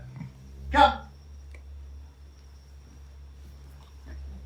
Did you set these women on to slander Lord Angelo? Well, they have confessed you did. 'Tis false! How? Know where you are? Respect to your great place, and let the devil be sometime honoured for his burning throne. Where is the Duke? 'Tis he who should hear me speak. Well, the Duke's in us, and we shall hear you speak. Oh, look, you speak justly. Boldly, at least. But, oh, you poor fools, come you to seek the lamb here of the fox? Is the Duke gone? Then is your chance gone too. The Duke's unjust to retort your manifest appeal and leave your trial in the villain's mouth you came here to accuse. This is the rascal. This is he I spoke of. Why? Oh, thou ungrateful and unhallowed friar. Oh, it's not enough that thou hast stubborned these women to accuse this worthy man. Oh, but in foul mouth and in the witness of his proper heir, to call him villain? And then, to glance from him to the Duke himself, to tax him with injustice? Away with him, to the rack with him. We'll touch you joint by joint, we will know his purpose. Oh, what unjust! But be not so hot. The Duke dare no more stretch this finger of mine than he dare rack his own. In subject I am not, nor here provincial, but my business in Vienna hath made me a looker on, where I have seen corruption boil and bubble till it o'errun the stew. Laws for all faults, but faults so countenanced that the strict statutes stand like forfeits in a barber shop, as much as mock as mark. Oh, stand into the state! Away with him to prison! Signor Lucio, well, is this not the man that you told us of? 'Tis he, my lord. Come hither, good man, Baldpate. Do you recognize me? I recognize you, sir, by the sound of your voice. I met you in the prison in the absence of the Duke. Did you, sir? And you remember what you said of the Duke? Most notedly, sir. Do you so, sir? And was the Duke then a fleishmonger, a fool and a coward, as you then reported him to be? You must change persons with me, sir, and you make that my report. You indeed said so, and much more, much Thou damnable fool! Did I not pluck thee by the nose for such speeches? I protest! I love the Duke as I love myself! See how the villain would close now after such treasonable abuses! Such a fellow is not to be talked withal. Away with him to prison! Oh, where is the provost? Away with him to prison! Oh, lay books enough upon him, let him speak no more. Away with those giggles to the other Confederate companions. Stay, sir, stay a while. Help him, Signor Lucio! Come, sir. Come, sir. Come, sir. Foe, sir, why, you bull-pated lying rascal. You must be hooded, must you? Show your knave's visage with a pox on it. Show your sheep-biting face and be hanged an hour. Wilt it not of? Ah! What? Thou art the first knave that e'er made us the Duke. First, provost, let me bail the other gentlemen. Slink not away, sir. The friar and you must have a word anon. Lay hold on him. This may prove worse than hanging. What you have said, I pardon. Sit you down. I'll take place of him. Sir, by your leave, hath you no word, nor wit, nor impudence that yet can do thee office? If thou hast, rely on it till my tale be heard, and hold no longer out. Oh, my dread lord, I should be guiltier than my guiltiness. To think that I could be undiscerned when I perceive thy grace hath looked upon my passes like power divine. Then, noble prince, no more session hold upon my shame. But let my trial be mine own confession. Immediate sentence then, and sequent death is all the grace I bear. Come hither, Mariana. Say, was thou ever contracted to this woman? I was, my lord. Take it from hence and marry her instantly. Once here again. Provost, go with them. My lord, I am more amazed at his disorder than at the strangeness of it.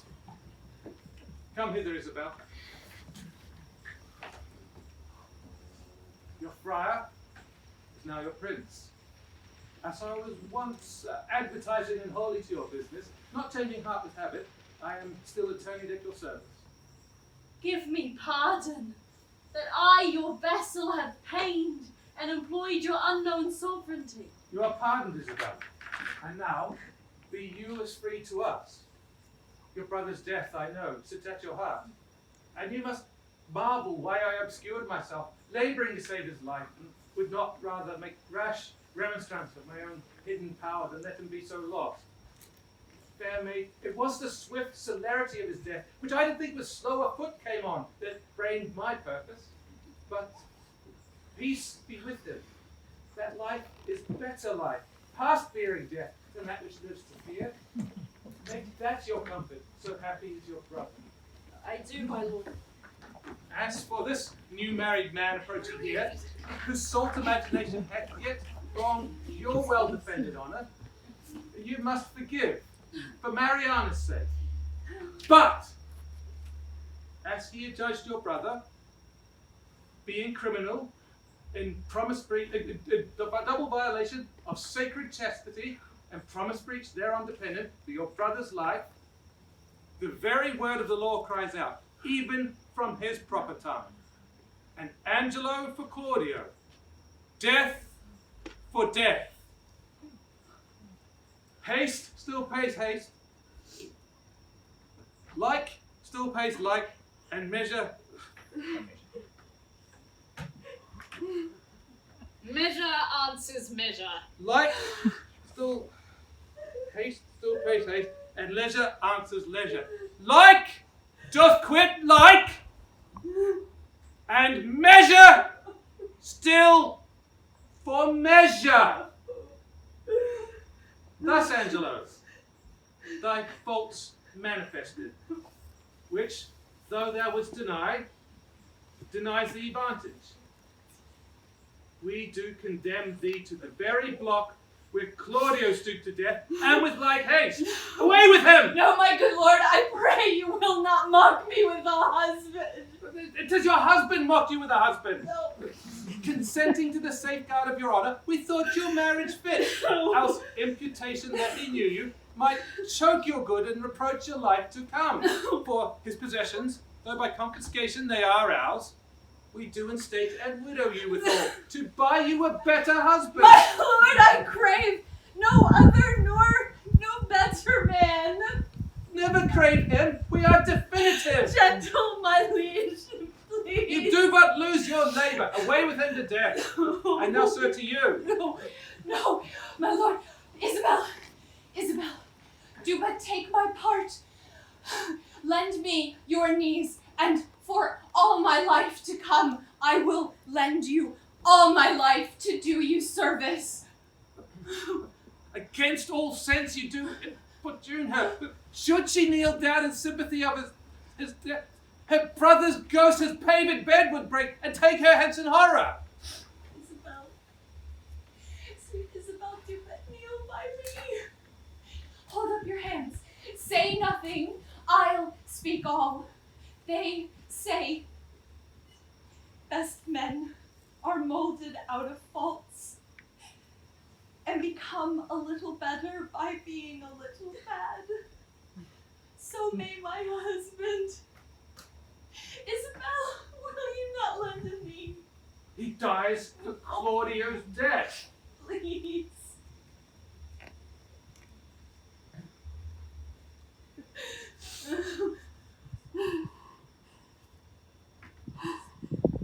I do beseech your royal grace, look upon this man condemned as if my brother lived. I partly do think it due sincerity to govern his intent before he did look on me. So therefore let him not die. My brother had but justice in which he did the thing for which he died. For Angelo, his action did not outweigh his intent, so it must die as an intent that perished by the way. Thoughts are but no subjects. Intents are merely thoughts. Merely, my lord. Merely. Your suit's unprofitable. Stand up! I have bethought of me another fault. Provost, how come Claudio was executed at such an unusual hour? It was commanded so. Did you have special warrant for the deed?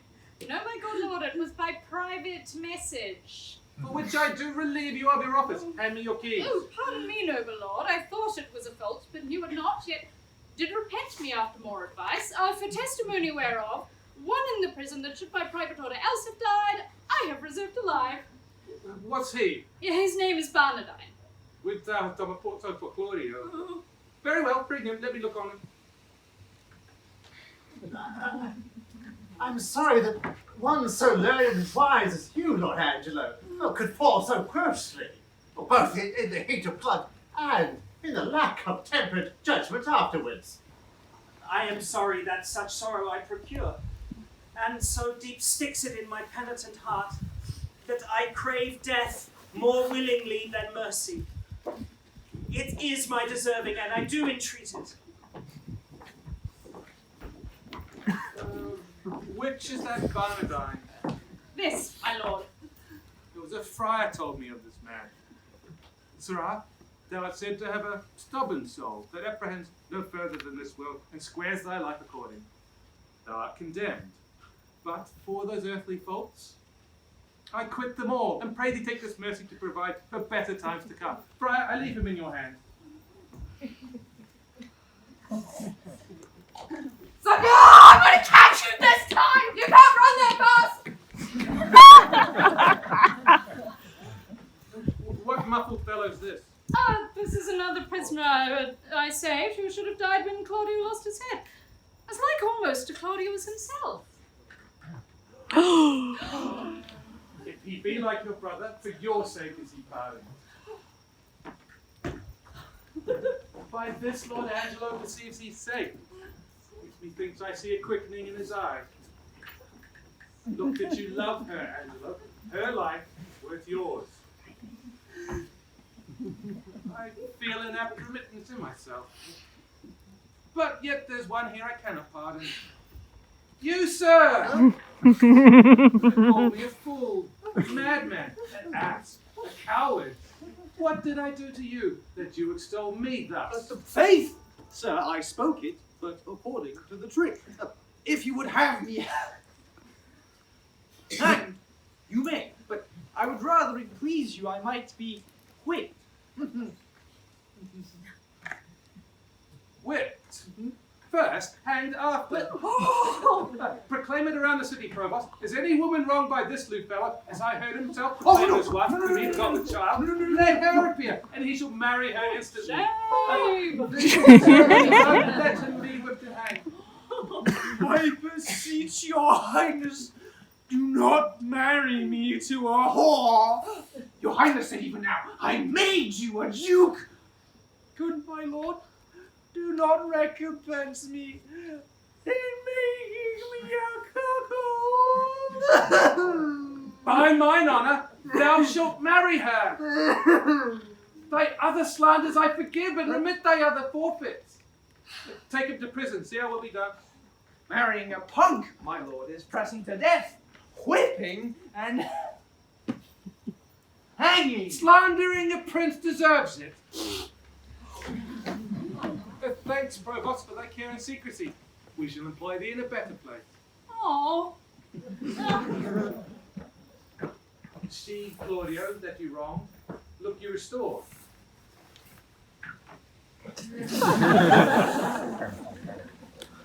Joy to you, Mariana. Love her, Angelo. I have confessed her, and I know her virtue. Thanks to thee, kind Aeschylus. There is more behind that is more gratitude.